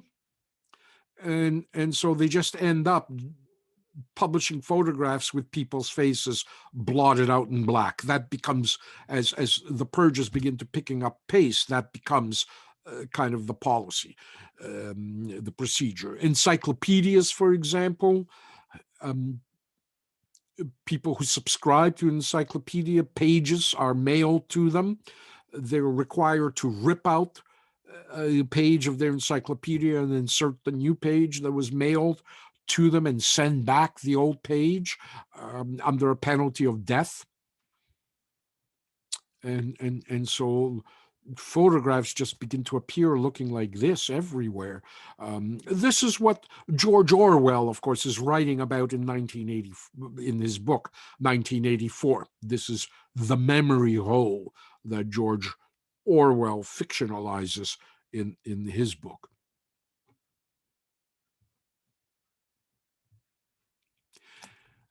By the late 1930s, this process, as I say, is aimed mostly at the senior members of the Communist Party. In fact, there's a knock-knock joke in Russia at that time. Knock, knock, who's there? The secret police. Oh, you got the wrong door. The communists live upstairs. The higher up you are in the Communist Party, the higher up you are as a manager or as a theater director or a playwright and so forth, the more likely it is that you'll be targeted for arrest and death. Heads of departments go, then the deputy heads, then all the people whose careers were associated with the individual who's arrested. Solzhenitsyn described it as a kind of a virus. If you met someone on the street and you shook their hand or you invited someone to your home for tea, and a week later they were arrested, you were now infected. And so then they would come for you.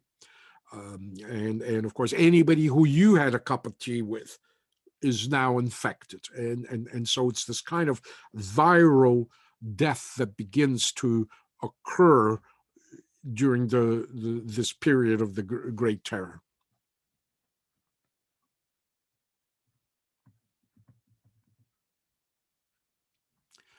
In the end, when you look at the Central Committee of the Communist Party in 1917, very few get out alive. All these individuals are shot by Stalin. Um, these individuals either die in the Civil War or by suicide, which in Stalin's Russia would be considered a natural death. Some die, in a train crash or from stroke, typhoid. And then once Stalin dies in 1953 from a stroke, that leaves behind only two survivors. One will leave, Muranov will live until 1959, and one of the few females will live to Stasova, will live until 1966 before the two of them die of natural causes. So there is that saying, all revolutions eat their young. And indeed, the Russian Revolution not only ate its young, but it ate its elders as well.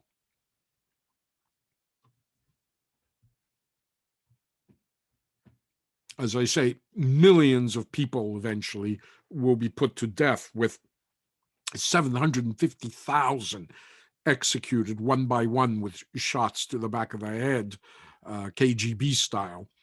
At that time, it's the NKVD, but same agency. And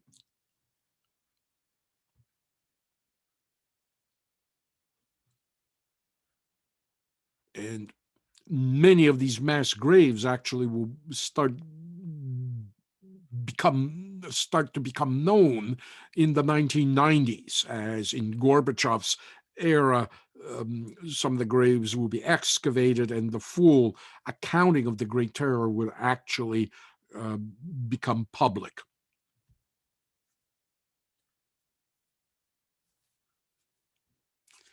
Again, probably the worst result of this purge is the purging of the Red Army, the Air Force, and the Navy. When the Germans invade in 1941, Stalin desperately scours the Gulag to find any surviving experienced Russian officers to deploy to the battlefield. Many of them take command at the front, still wearing their prison garb before they are even issued a uniform. The best, or at least the classic, I won't say it's the best, but it's the one that's most available and maybe the simplest, is The Great Terror by Robert Conquest. I would suggest this is a good book to begin with. It's one that Conquest wrote during the Cold War, then updated with evidence that becomes available after Gorbachev becomes the head of the Soviet Union. There have been better books written since this book. Unfortunately, they're kind of expensive, and most of them are academic studies based on what emerged from the archives. But The Great Terror by Robert Conquest is a good narrative history to this period of 1937-38. Yezhov himself, the poison dwarf, will say, when you chop wood, chips fly. And, chips flew in many ways.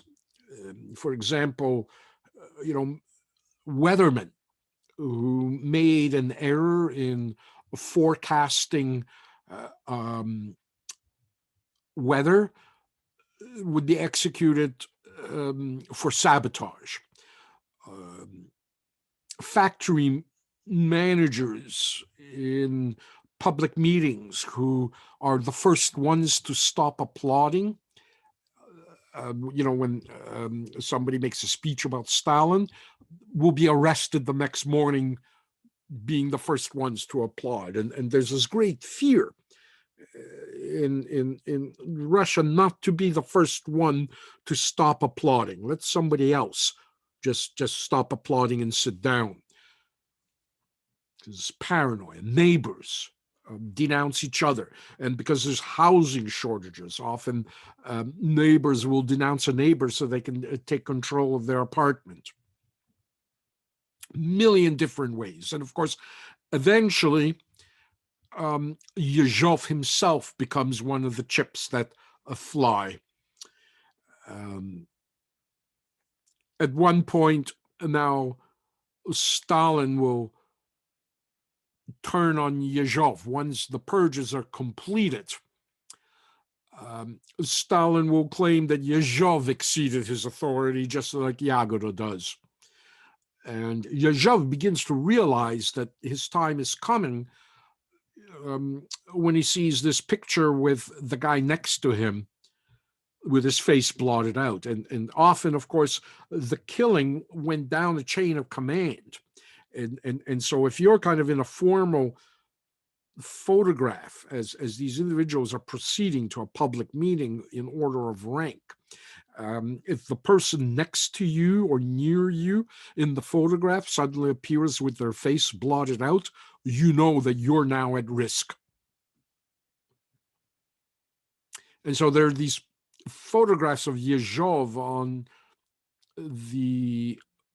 top of Lenin's mausoleum during a parade, which so-called Kremlinologists would study to figure out who's in charge, who's in, who's out. And in the middle of the parade, suddenly Lavrentiy Beria, here on the right, begins to edge into the frame. And of course, Lavrentiy Beria is an associate of Stalin's back from Georgia. He is going to be replacing Yezhov. Stalin will essentially instruct Beria to have Yezhov arrested for having killed too many people without authorization, for having killed too many people illegally, in quotation marks. And he instructs Beria, execute him for that and make sure that you kill 3 times as many as Yezhov did, or else you'll be next.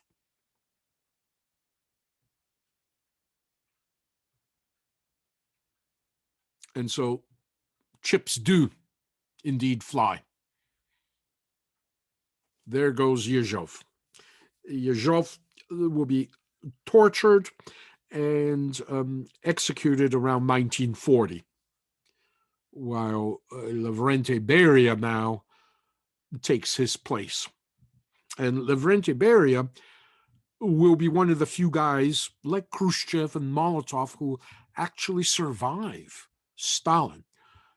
It's amazing how many of them survive. One of Amy Knight's first books is on Beria, Stalin's first lieutenant. Again, it's a shame. It's an academic book. It's something like $40 or $50 just for this thin volume, but it's an academic publication.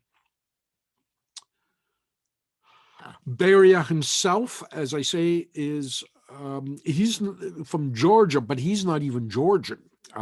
Stalin, certainly as a Georgian, kind of has almost I won't say a hate, but a certainly disdain for other ethnicities, especially Russians. I mean, that he kind of feels since a child. But Beria is worse. Beria, although he's raised in Georgia, belongs to a Georgian sub-ethnicity, the Mengrils. So Beria not only hates the Russians, but he hates fellow Georgians as well. And so he's this brutal secret police chief in Georgia. And Stalin will promote him, and he'll bring him now to take over the secret police in the rest of Russia. Of course, Beria is infamous for saying, "Show me the man and I'll find you the crime." He is close to Stalin. He becomes an intimate of Stalin's and will, as I say, survive Stalin.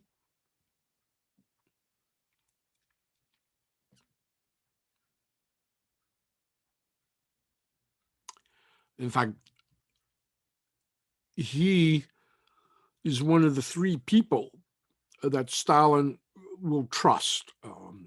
From left to right, his mother. His mother, by the way, could never get over that Stalin left the seminary. His mother will ask him one day, so, what is it exactly that you do in Moscow? And Stalin will tell her, he says, well, I work in the Kremlin. And she asks, you're a cleaner like I was? A housekeeper in the Kremlin? He says, no. I'm like the Tsar. And his mother replies, she goes, oh, that's too bad. You should have become a priest. So she never really quite got over Stalin's rejection of the church and the path he took.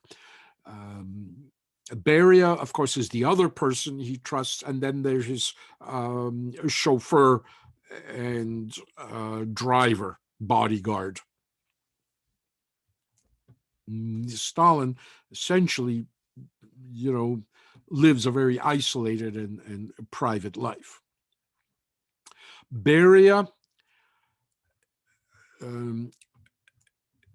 has this ravenous appetite for women, seducing everybody's wife.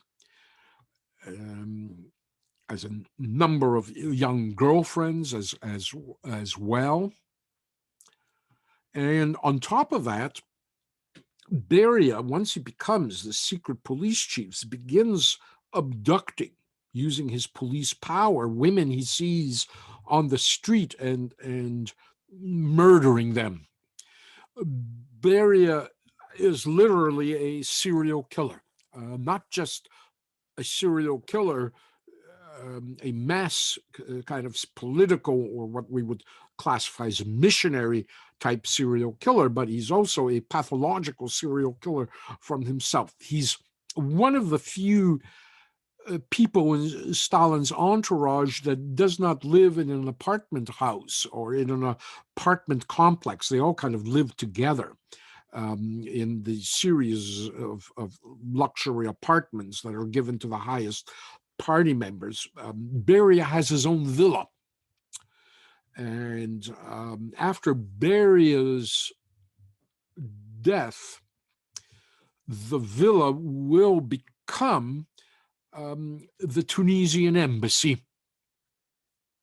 And when I'm working in Moscow in the 1980s, 1990s, every time the Tunisian embassy would renovate some part of the building, often they would take down a wall or lift up a floor, and the press would be called down because they would find these remains of bodies of female victims inside Beria's villa. He had been, as I say, privately abducting women and killing them in his villa. Whether Stalin knew this, I don't know, and I imagine Stalin wouldn't have cared. Beria will serve Stalin faithfully, and in fact, when the United States detonates its first bomb, Beria is assigned by Stalin to not only be the head of the secret police, but as well to supervise the Russian version of the Manhattan Project, Operation Enormous, as it becomes known. And so Beria is not only the chief of the secret police, but as well the architect of Soviet nuclear weapons.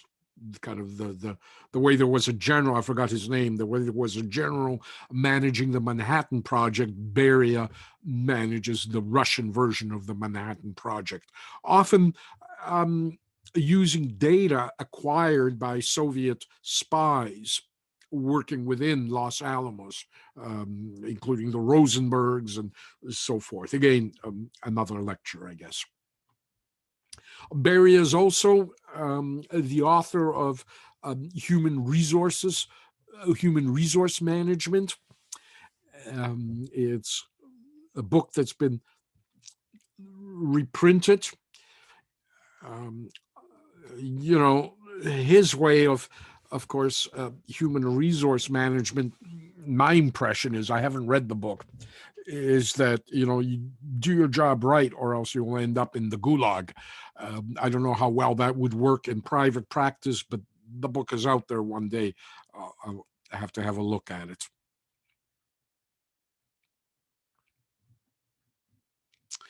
And so Beria, as I say, is a great success in both killing off whatever remained of Stalin's opposition and as well of building the atomic bomb. He'll make it to Time magazine number of times. Roosevelt at Yalta, either Roosevelt or Churchill, see kind of the bespectacled Beria at the conference, and they ask him, who's that guy with the kind of pince-nez glasses?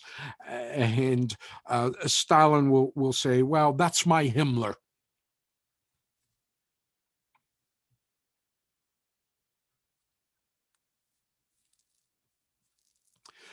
Another survivor and close associate, Vyacheslav Mikhailovich Molotov. His real name is Skryabin, and in fact, he comes from the same family of the composer Skryabin. I think they're either uncle and nephew or cousins, but is the same family. Molotov, of course, will become Stalin's foreign minister on the eve of the Second World War. Molotov is his revolutionary name. Molotov means man of the hammer. So here you have the man of steel and the man of the hammer together.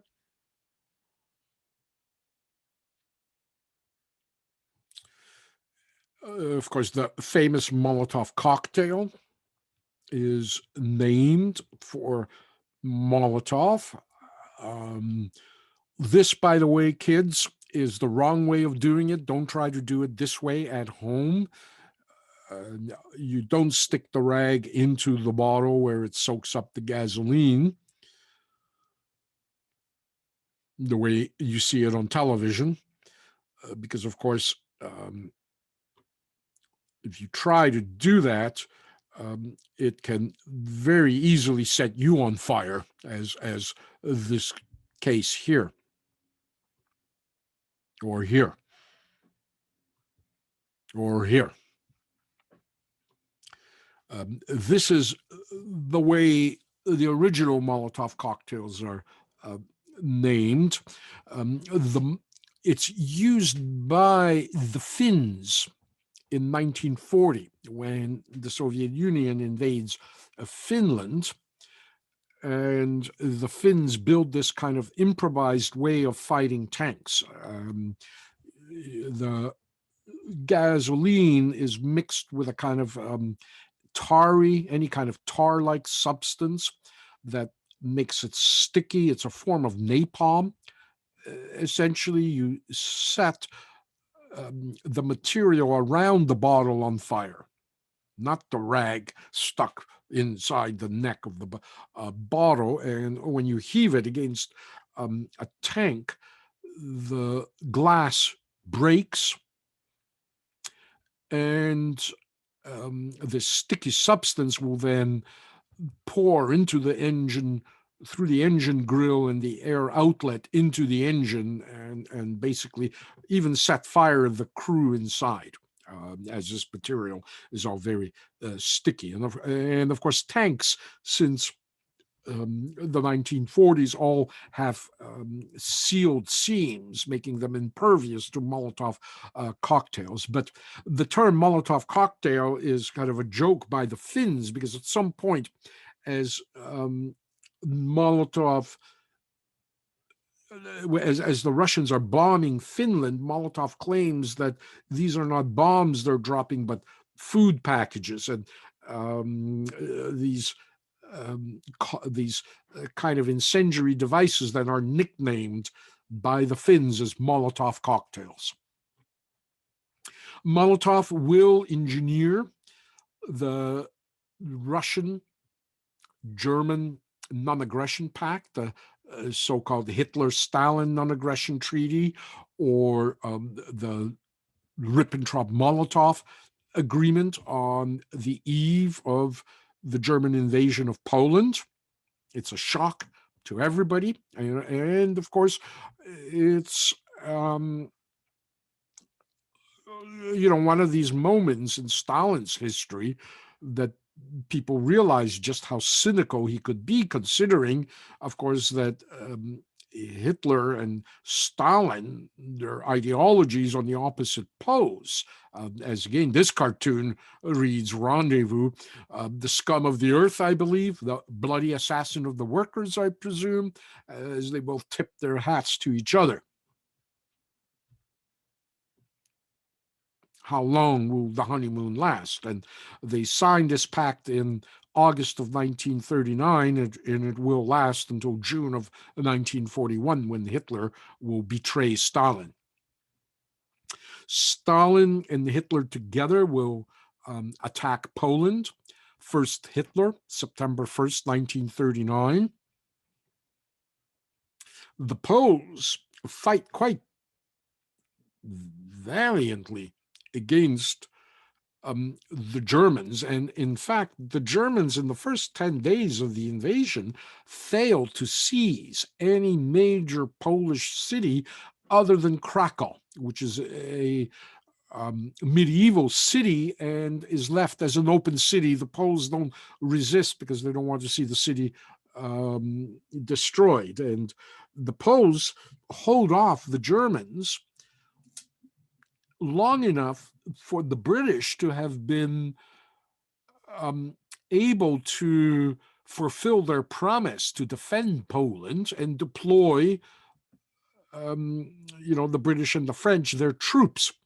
But of course, the British and the French do not. And as the Poles fight on, the British and French hesitate. It's, historians debate whether the British were even ready to enter the war that early in the war, because of course certainly Prime Minister Chamberlain's policy was collaboration with Hitler. I'm not going to use that word appeasement, because I think it was more than just appeasement what Chamberlain did. But again, another course, sorry. But what, of course, seals the fate of Poland as they're resisting the Germans and holding off the German army, in the hope that the French and the British launch against Germany, is the entry of the Russians on September 17th, 1939. And this was pre-agreed between Stalin and Hitler. This pre-agreement isn't acknowledged by the Russians until Gorbachev in the 1990s, but there were secret protocols in that agreement providing for the division of Poland, which is precisely what occurs.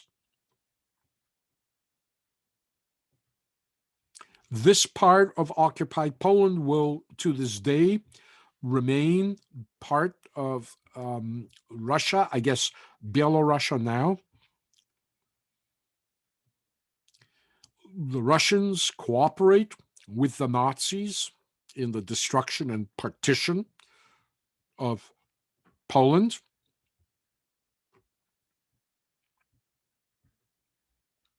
And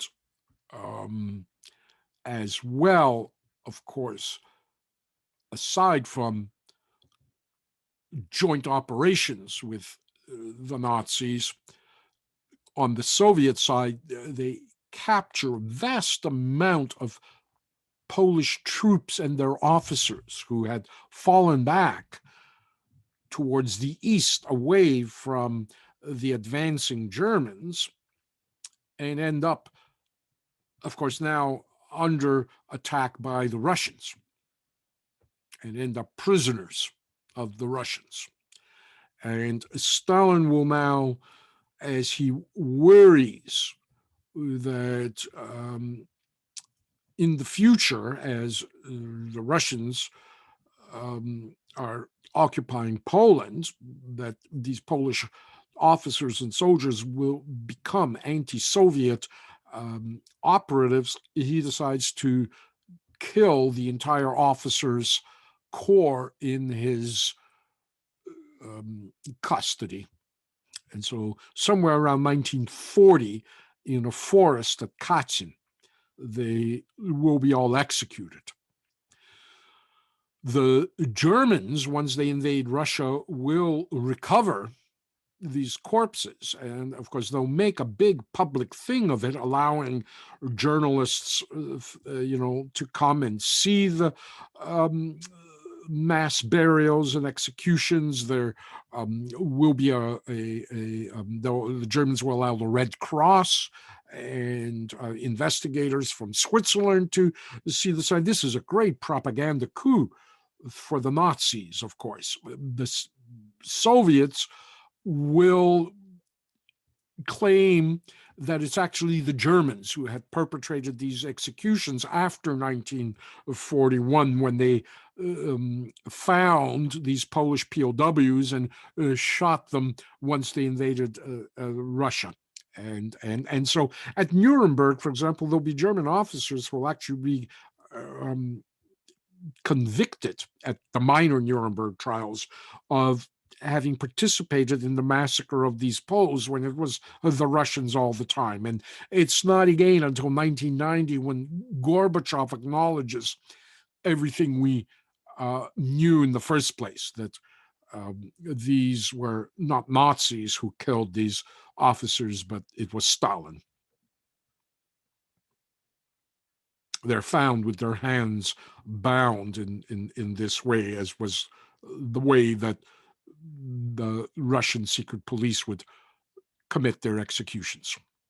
And so there are cotton monuments everywhere around the world where there is a Polish community. This one is at the bottom of Roncesvalles Avenue in Toronto, near the lakeshore. Some 25,000 Polish prisoners of war are murdered under Beria's command, essentially. And as this inscription reads, finally admitted in 1990 by the USSR after 50 years of shameful denial of the truth. Indeed. June 22nd, 1941, Germany now stabs the Soviet Union in the back, and Stalin probably undergoes the most major crises of his um, career as a ruler of Russia. Hitler says, all I have to do is kick in the door and the whole rotting edifice will come crashing down. And in a way, he's right. This is a major invasion. It devastates the unprepared Red Army.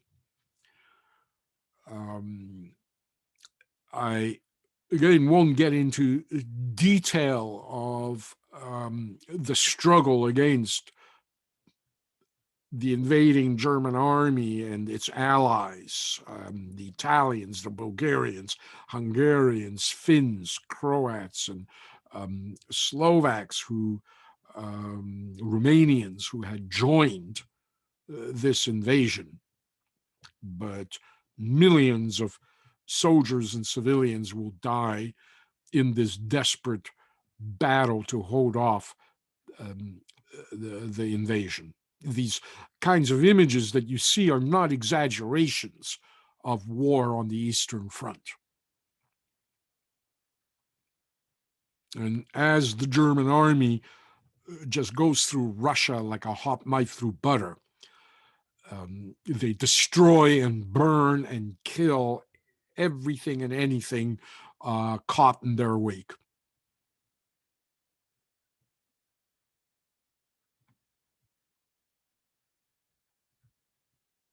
Devastates Russia. Despite these kinds of posters that Stalin will just punch out Hitler, Stalin actually has a nervous breakdown in the first days of the war and is completely unavailable. He just goes into seclusion. Eventually, of course, with all the allies and the manpower and the sacrifice of Russian people, the Soviet people, not just Russians, but Ukrainians, Belarusians, Georgians, all nationalities. The Russians will prevail over the Germans, and by 1945, of course, the Russians will find themselves fighting in Berlin. And that's all that's left of the Reichstag.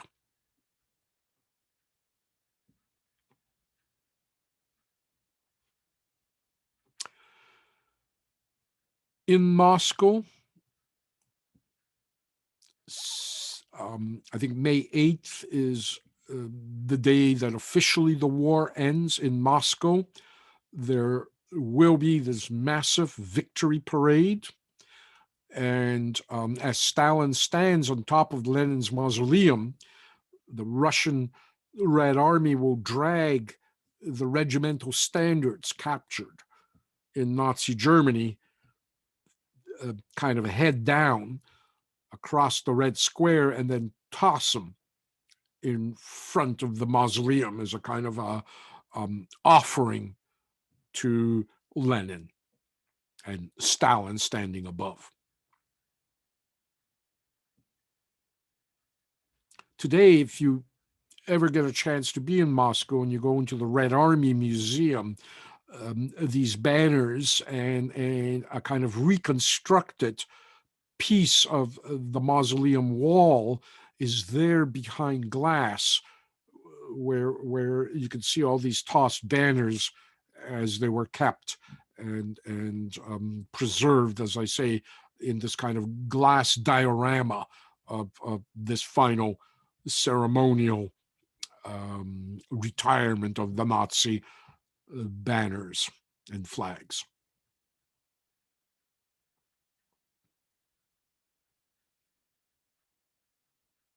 So Stalin will now, of course, be hailed as the great generalissimo, the genius, who had saved the Soviet Union from the Nazis.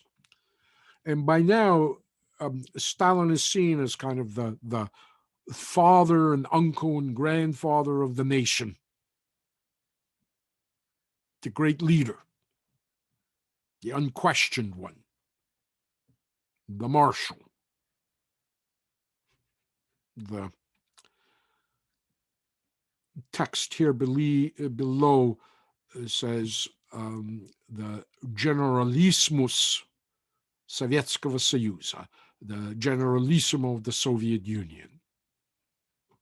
And of course, he was far from the genius behind the victory, but he is the kind of head of state of the time, and strategically had much to do with the success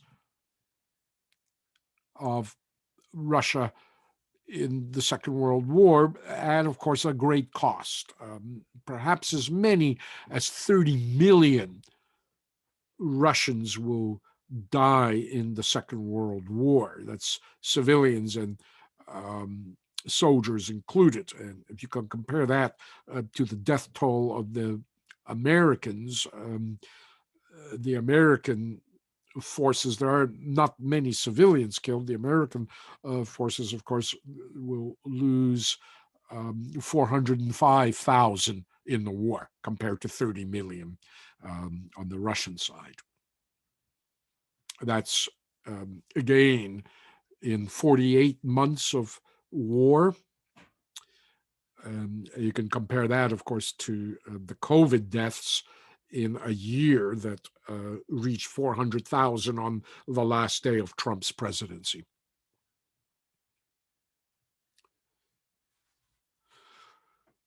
Stalin becomes almost like a demigod, the all-knowing, the great friend of the children.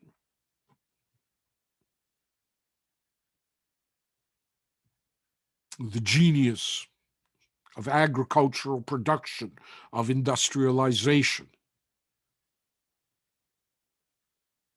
Glory to our native son, Stalin.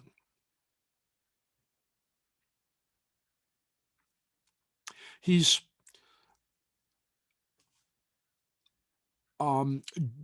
loved, and the love is genuine. I think I talked about this before because it is kind of inspired by propaganda. It's not like people faking it, but this is what Khrushchev will later describe as the cult of personality, the kind of almost immortal Stalin.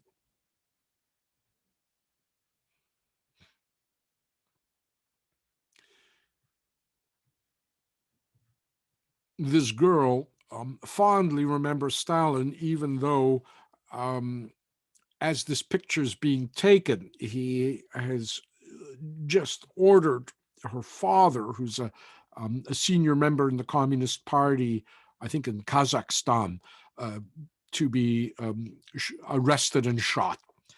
And a lot of people can't believe that Stalin knows that this is going on. A lot of people, and it's a Russian thing, if only the Tsar knew, he would help us. And a lot of people still feel that same way about Stalin. Oh, if only Stalin knew what was going on, he would put a stop to it. And people write letters to Stalin denouncing, these arrests that he himself had ordered. And again, as Stalin executes his security police chiefs, he,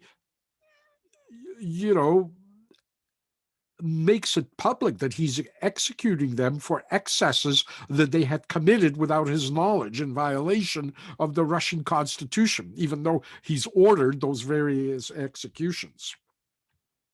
He's kind of almost like an Egyptian pharaoh, in the sense that Stalin even leaves his mark on the skyline of Moscow. The Seven Sisters, these wedding cake neoclassic skyscrapers that Stalin had inspired, dominate the Moscow skyline. These I described them in the film I made as Ghostbuster buildings. They are these creepy buildings, 7 massive buildings. Some are apartment buildings, some are office buildings, others are government ministries. Like this is the Ministry of Foreign Affairs. And they kind of, to this day, leave this creepy impression on you if you're ever visiting Moscow. They just, scream at you, Stalinist architecture, the Stalinist period. Private life of Stalin after the death of his first wife. Stalin will marry Nadezhda Aluyeva in 1919. The Aluyev family is kind of part of the Bolshevik aristocracy. They host Lenin in their home when he's underground. Stalin actually knows Nadezhda, which means hope in Russian, since she was a child. He actually rescued her from drowning when she was 2 years old. He marries her in 1919, and she tries to live a private life away from kind of the turmoil of her husband's struggle for power and leadership. It's she helps him nonetheless. It's Aluyeva who will meet Khrushchev in school. She attends, she doesn't want to be kind of a Kremlin-bound housewife. She enrolls in a number of university courses, and there she meets Khrushchev. Stalin is looking for a minister of nationalities, a minister of multiculturalism. Khrushchev is Ukrainian, of peasant background, and so she recommends that Stalin maybe meet with Khrushchev. He does. He likes Khrushchev right away, and from this point on, Stalin will mentor Khrushchev right to the end. Aluyeva becomes despondent over the famine and over collectivization, and really begins to realize just the kind of monster she lives with. By then, as well, they have 2 children, Svetlana and Vasily. And one particular evening in November of 1932, at a dinner with his associates, Aluyeva begins to raise this question of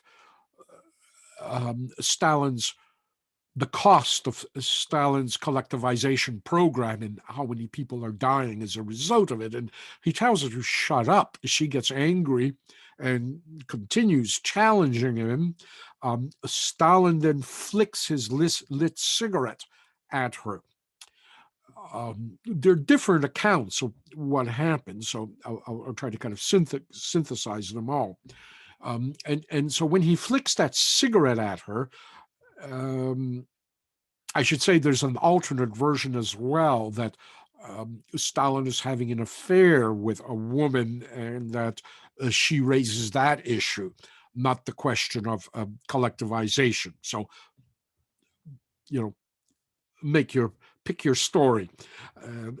However, she now gets angry at Stalin for this humiliation when he flicks his lit cigarette at her, and she gets up and goes up to her bedroom and does one of the worst things that a Georgian wife can do to her Georgian husband. She commits suicide. she shoots herself in the heart in her bedroom. And this again is 1932. This is before the Great Purges, and so many argue that Stalin becomes unhinged by this action. She as well is in deep depression. Who wouldn't be being married to Stalin? I imagine. So, it was not a sudden impulsive mood when she commits suicide, but it's a shock to Stalin, and some argue that Stalin actually, as I say, becomes unhinged with the death of his second wife by her own hand. She at first will be married inside the walls of the Kremlin. This is her gravestone, and it's now, I think, moved to the Donskoy Monastery, where a lot of prominent Russians are buried, and there's this kind of a protective case over the actual sculpture. But Stalin is never the same. And, of course, we saw how reports of his kind of despondency over the death of his first wife, it's apparently similar to the death of his second wife. She leaves behind, as I say, a daughter, Svetlana, and her older brother, Vasily. Vasily will be enrolled by his son in military school.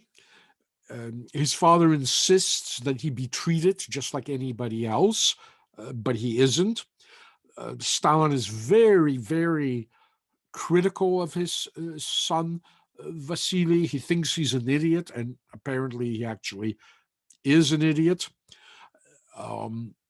Stalin will one day catch Vasily using the fact that he's Stalin's son to bring women up to his apartment in the Kremlin.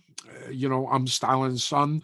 Would you like to come up and see the Kremlin inside? And Stalin berates Vasily. He tells him,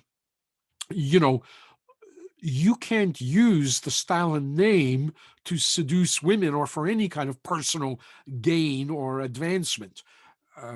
Even I'm not Stalin.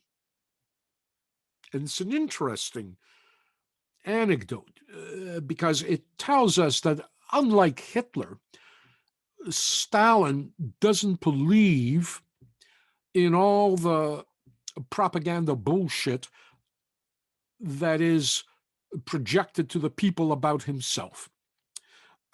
Stalin is very cold and self-aware of just exactly who he is in comparison to the image of him projected to the Soviet public. Unlike Hitler, who believed in his own mythology that he is kind of destined to, by providence, to be this great dictator of the people. Stalin never believed that.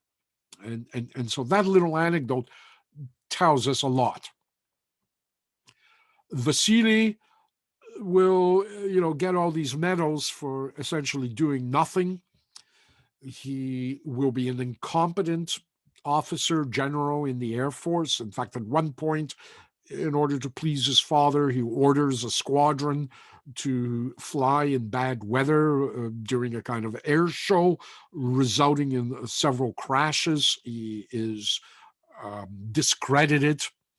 And of course, once his father dies, Vasily will become this kind of cringing individual, just waiting to be arrested himself and executed. And the only thing that stops from that happening is eventually he'll just drink himself to death. So he'll die several years after the death of Stalin.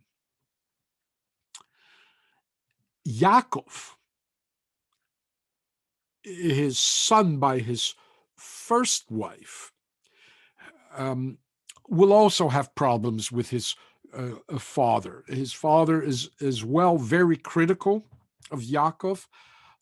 He's kind of raised once he comes to Moscow by um, a general in the Russian army who kind of is the stand-in father. Stalin tends to ignore Yakov.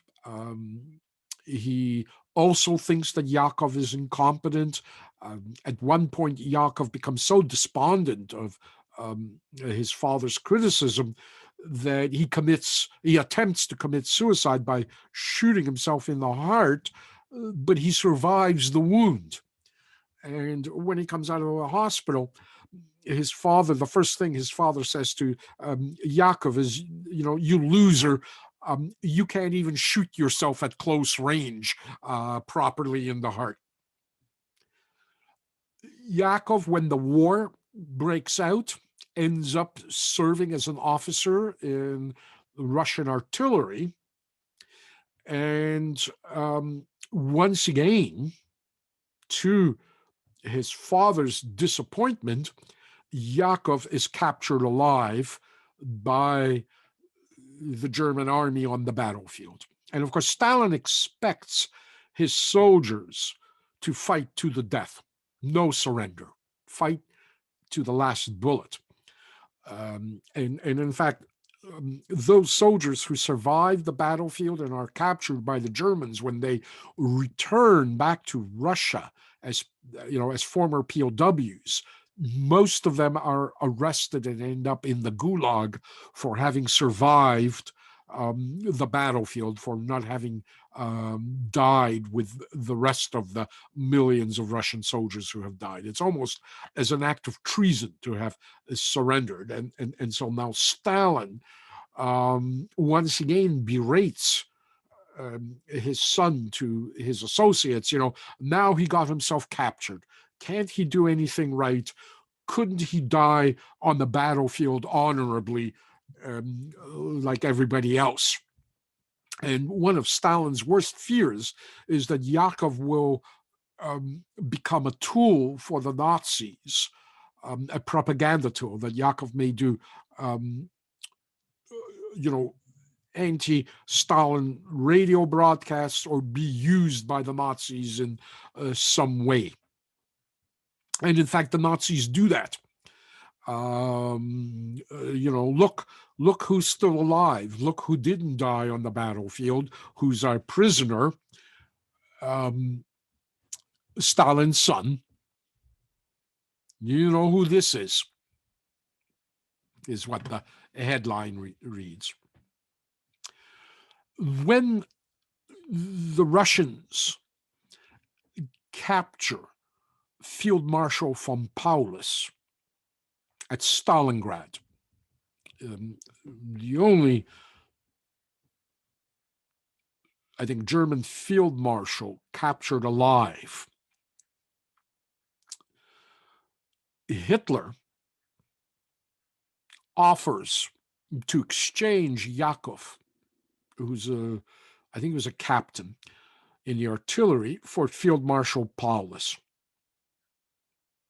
Stalin's response is a field marshal is not worth a captain. And so he allows Yakov to remain confined in a concentration camp by the Nazis. Yakov then will, again, the stories vary, but the one that's most commonly reported, Yakov will then commit suicide by throwing himself on the electric barbed wire of the concentration camp. And when Stalin gets that information, Stalin finally, for the first time, sheds a tear for his son and says, finally, Yakov has done something right.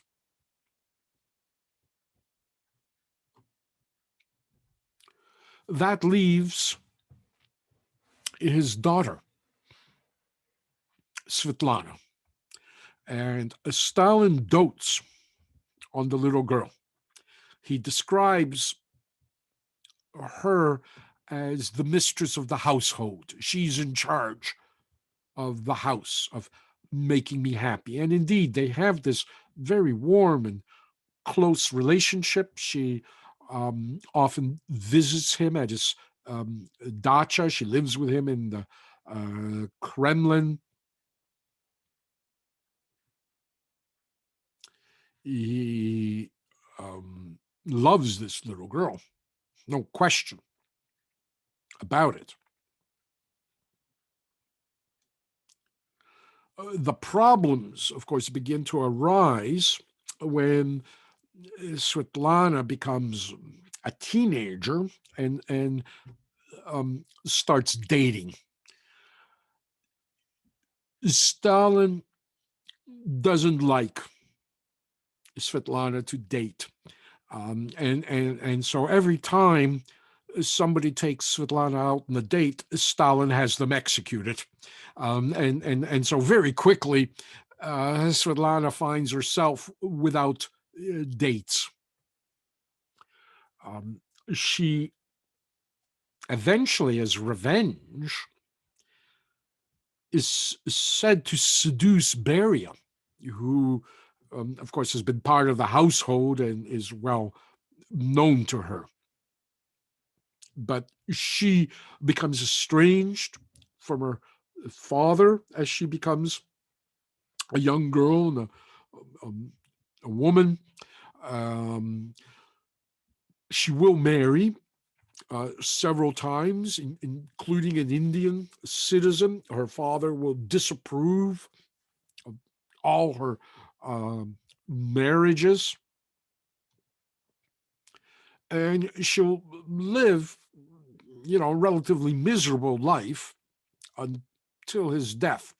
And then famously, in the mid 1960s, Stalin's daughter will defect to the United States.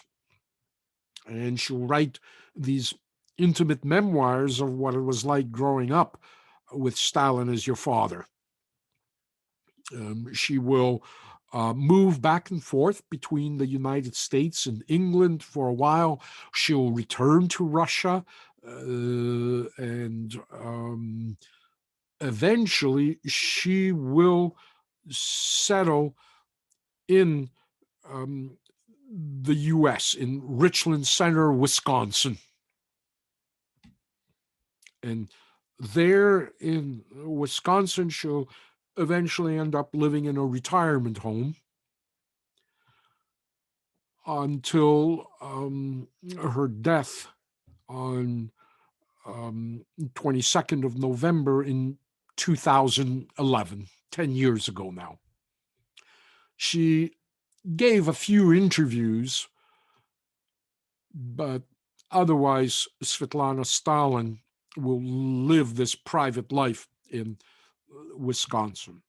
She also has grandchildren, including Stalin's granddaughter, who is this kind of unconventional fashion designer in, I think, maybe in Wisconsin, although I might have read in the state of Washington. But here you are. Here is Stalin's granddaughter, Svetlana's daughter. And that's kind of the current history can take. So after the Second World War, once that's over, Stalin by then is getting old and grumpy and paranoid. The survivors around him are worried that Stalin will turn on them. He himself often berates them, says that they're weak and stupid, and that when he'll die, Russia's enemies he'll say, strangle them like newborn kittens. That tells us a lot about Stalin, that simile. Newborn kitten and strangulation is not exactly what comes to my mind in terms of word associations, but that's what Stalin said. And so, this clique around him is worried about their future as Stalin becomes more paranoid and grumpier and grumpier, and God save you from Stalin when he's grumpy.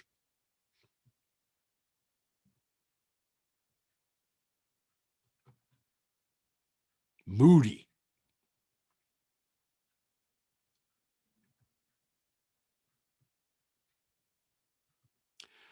The Gulag continues onward after the war. Nothing changes. In fact, the Gulag continued to function during the war.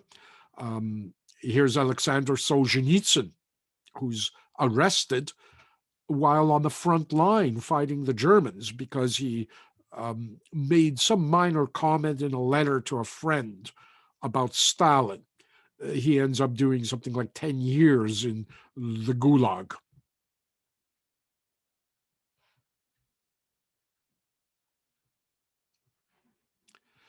Um, Again, Russian POWs end up in the Gulag, as well as those Russians who were seized as slaves by the Germans and brought back to Germany.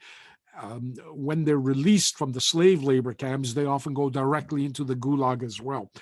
Stalin is paranoid about the influence that POWs and slave laborers may be exposed to kind of Western values in the Soviet Union. And so to kind of incubate them, quarantine them from Western influence, often some of them have to do up to 5 years in the Gulag if they had survived the concentration camps or the POW camps. And the Russian POW camps, prisoner of war camps, really aren't prisoners of war camp, as Russian soldiers, Soviet soldiers were not given the privileges of the Geneva Convention on um, treatment of prisoners of war. And neither were, as well, Russian Eastern forced workers. Stalin begins a campaign of anti-cosmopolitanism.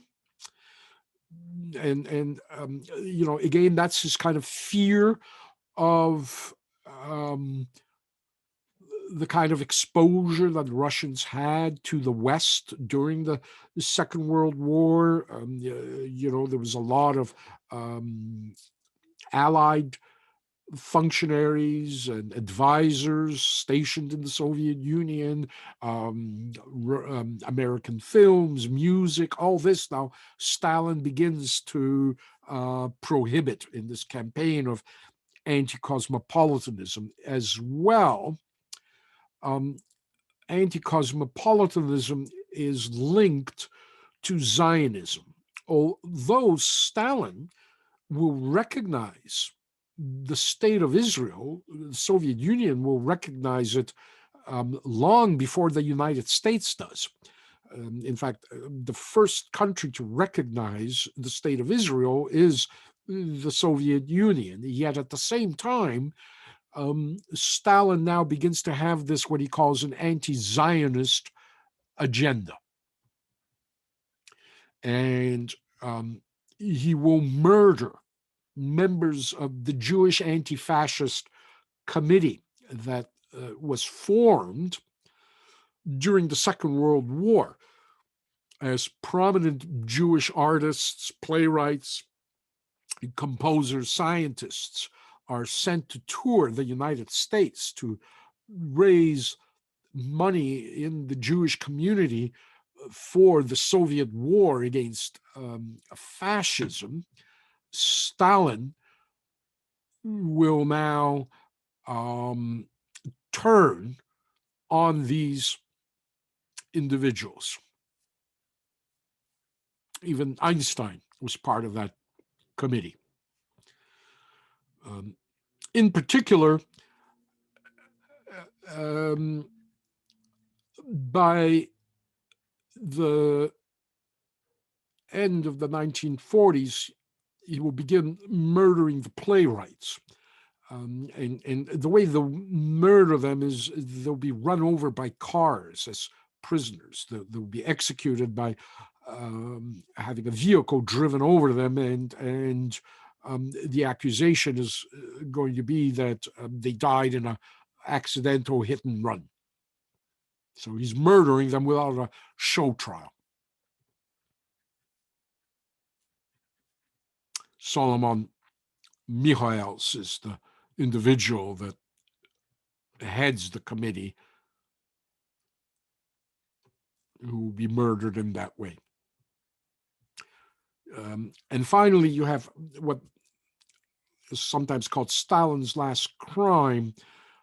It's the plot against the Jewish doctors. Stalin begins to accuse doctors of conspiring with Zionists to murder him and senior members of the Soviet government. And so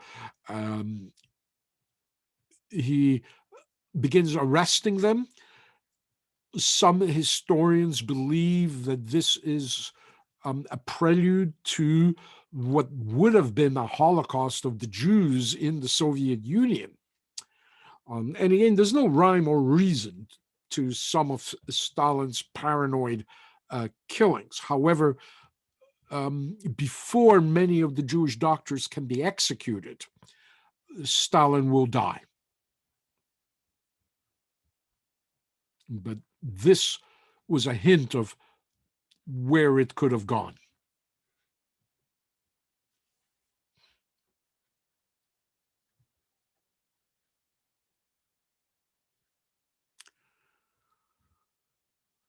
Stalin's life will end at his dacha, about maybe a 25-minute drive from the Kremlin if you have a police escort and don't have to go through traffic. This is a dacha where he spends a lot of his time, often the meetings. Governmental meetings take place there rather than in the Kremlin. It's surrounded by this high perimeter wall, guarded by a unit of his elite bodyguards. The approach to it is still, to this day, unmarked. It's in the suburbs, Kuntsevo, kind of in the western part of Moscow. The turnoff for it is off this, one-lane road, completely unmarked. You can see it here on Google.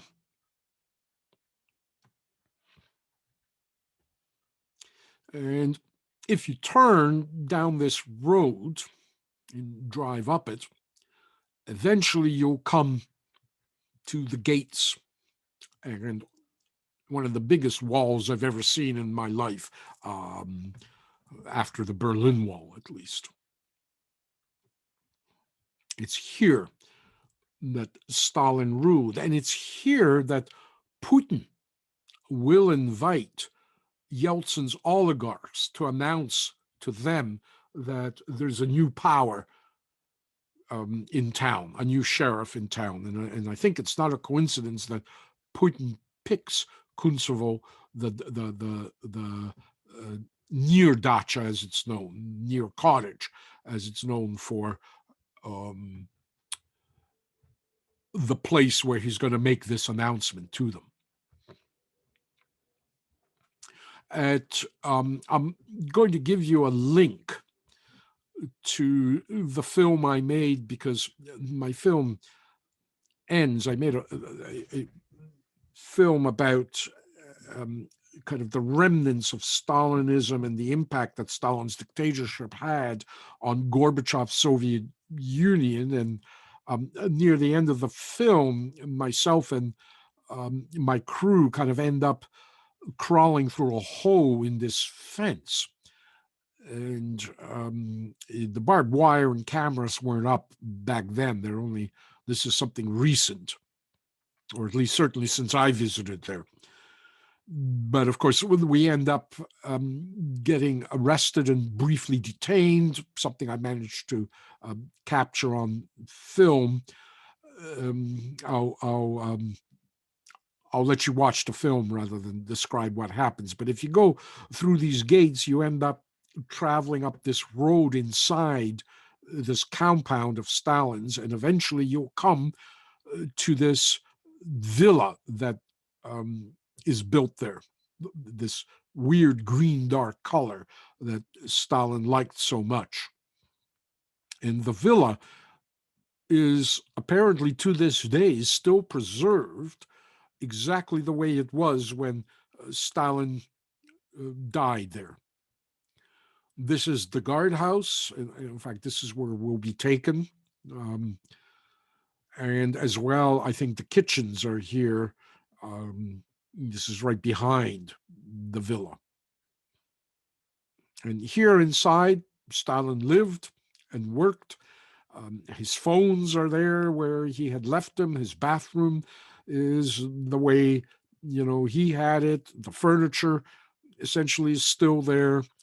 And in fact, even the carpet on which he will die and the couch on which he slept. He often didn't sleep in his bedroom. He would just crash out on the couch, putting the light on a chair as he would read there. And Stalin was a late riser. He liked to stay up late into the night.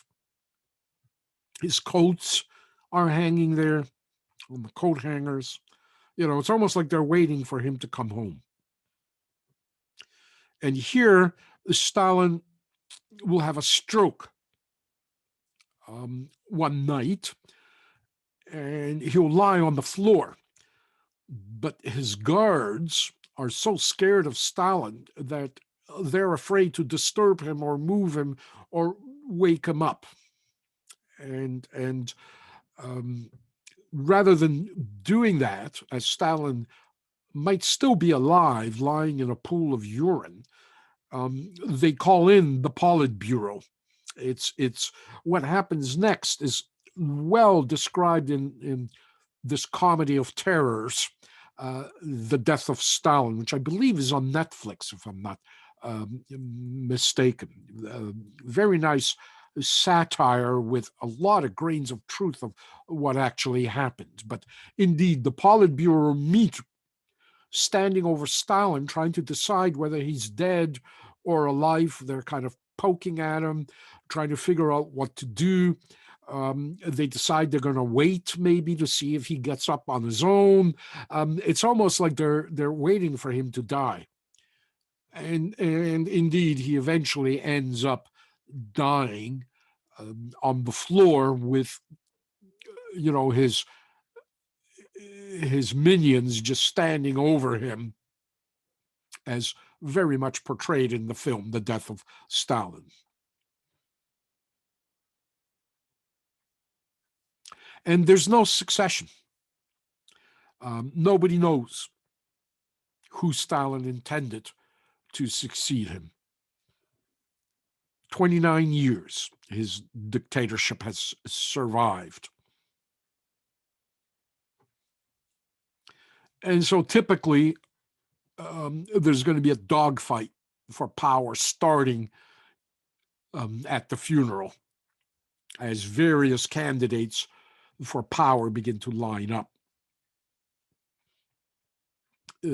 Masses of people show up to the funeral. In fact, so many that some are even trampled to death. Some genuinely weep, kind of in the way they do in North Korea. I think I talked about this in a previous lecture. The funeral is, again, a pharaoh's funeral.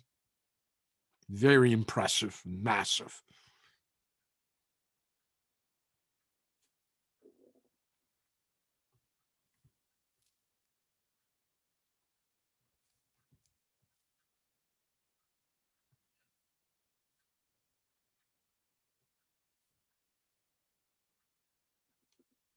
Stalin will be um, installed in Lenin's mausoleum and his name carved over the entrance. And of course, later, towards the end of the 1950s, he will be removed and the name erased, and he'll be buried inside the Kremlin wall with other prominent communists, including John Reed, the author of 10 Days That Shook the World, an American Marxist.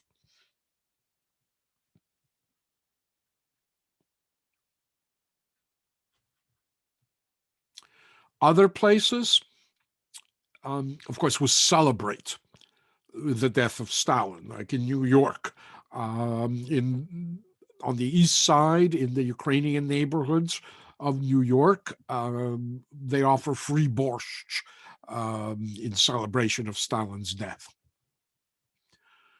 And the Minions now will try to rule as a committee for a while. Molotov, Beria, and Malenkov. Eventually, of course, they fear Beria because, Beria is the head of the secret services and essentially has his own army. The NKVD have uniformed troops.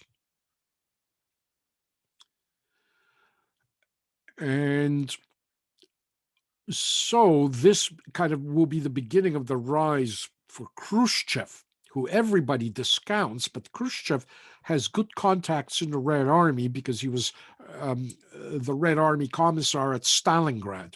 And so Molotov and Malenkov now conspire with Khrushchev to remove Beria.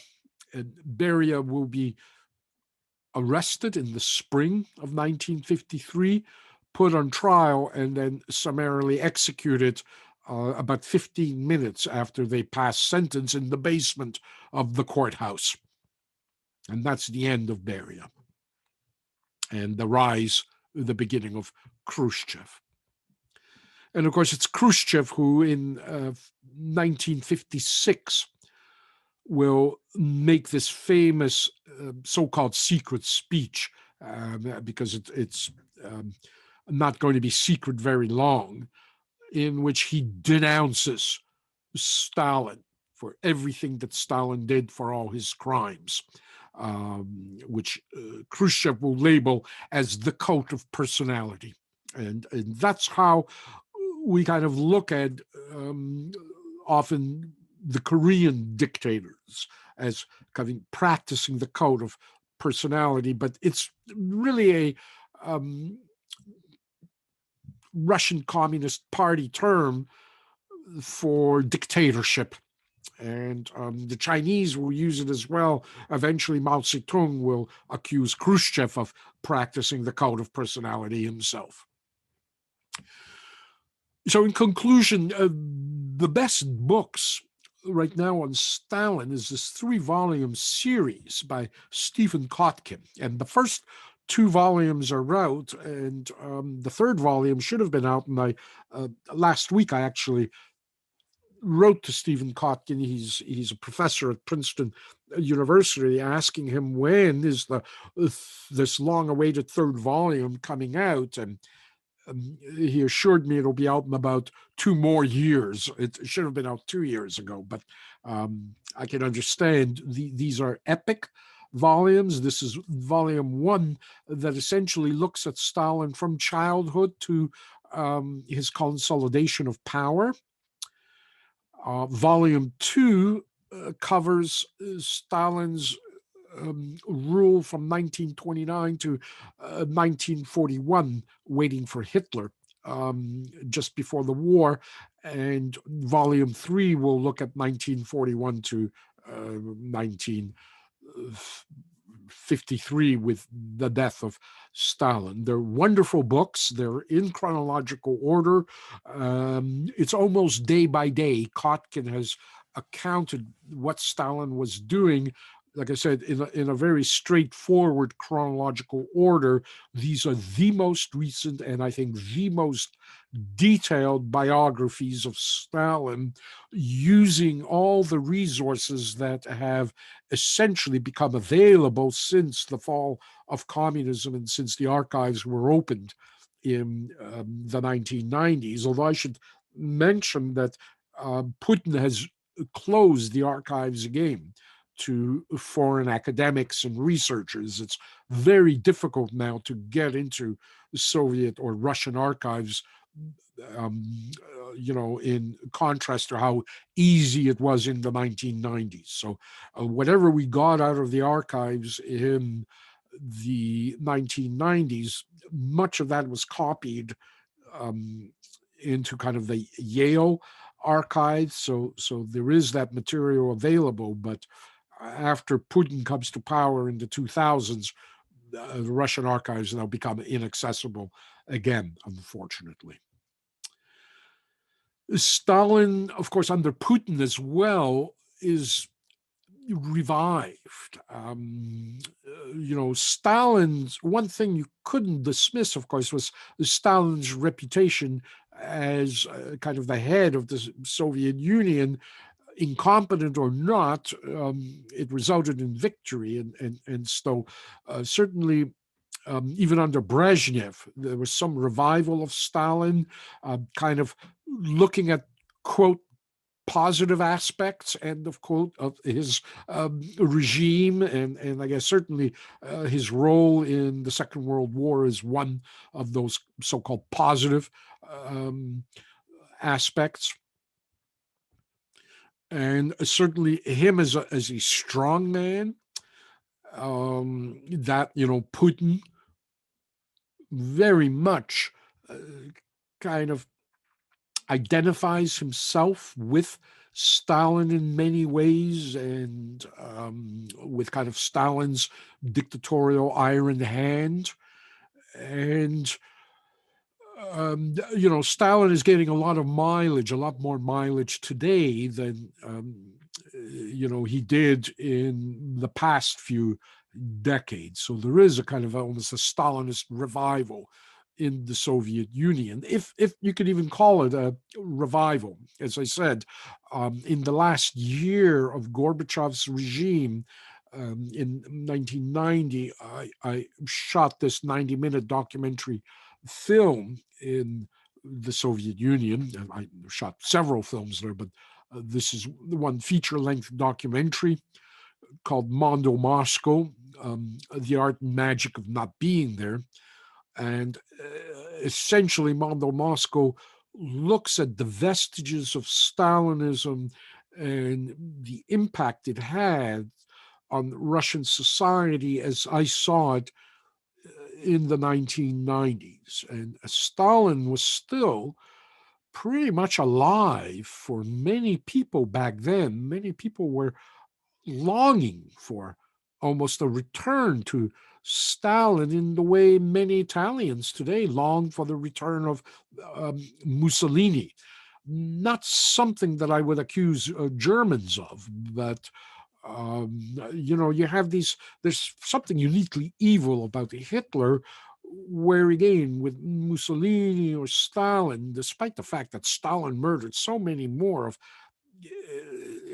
than Hitler did, somehow people find kind of these redeeming aspects in the histories of guys like Mussolini and Stalin, Saddam Hussein, and so forth. So I've put a link up there for you to Mondo Moscow as well. And that should keep you going. As you probably heard, I've um, kind of been deployed to a series of confessions undergoing right now, and I will put up more lectures, but the schedule might be slightly erratic as it's becoming. But you've got probably about 6 hours of, well, at least, sorry, um, maybe 4.5 hours. Mondo Moscow is 90 minutes to watch before I post the next lecture.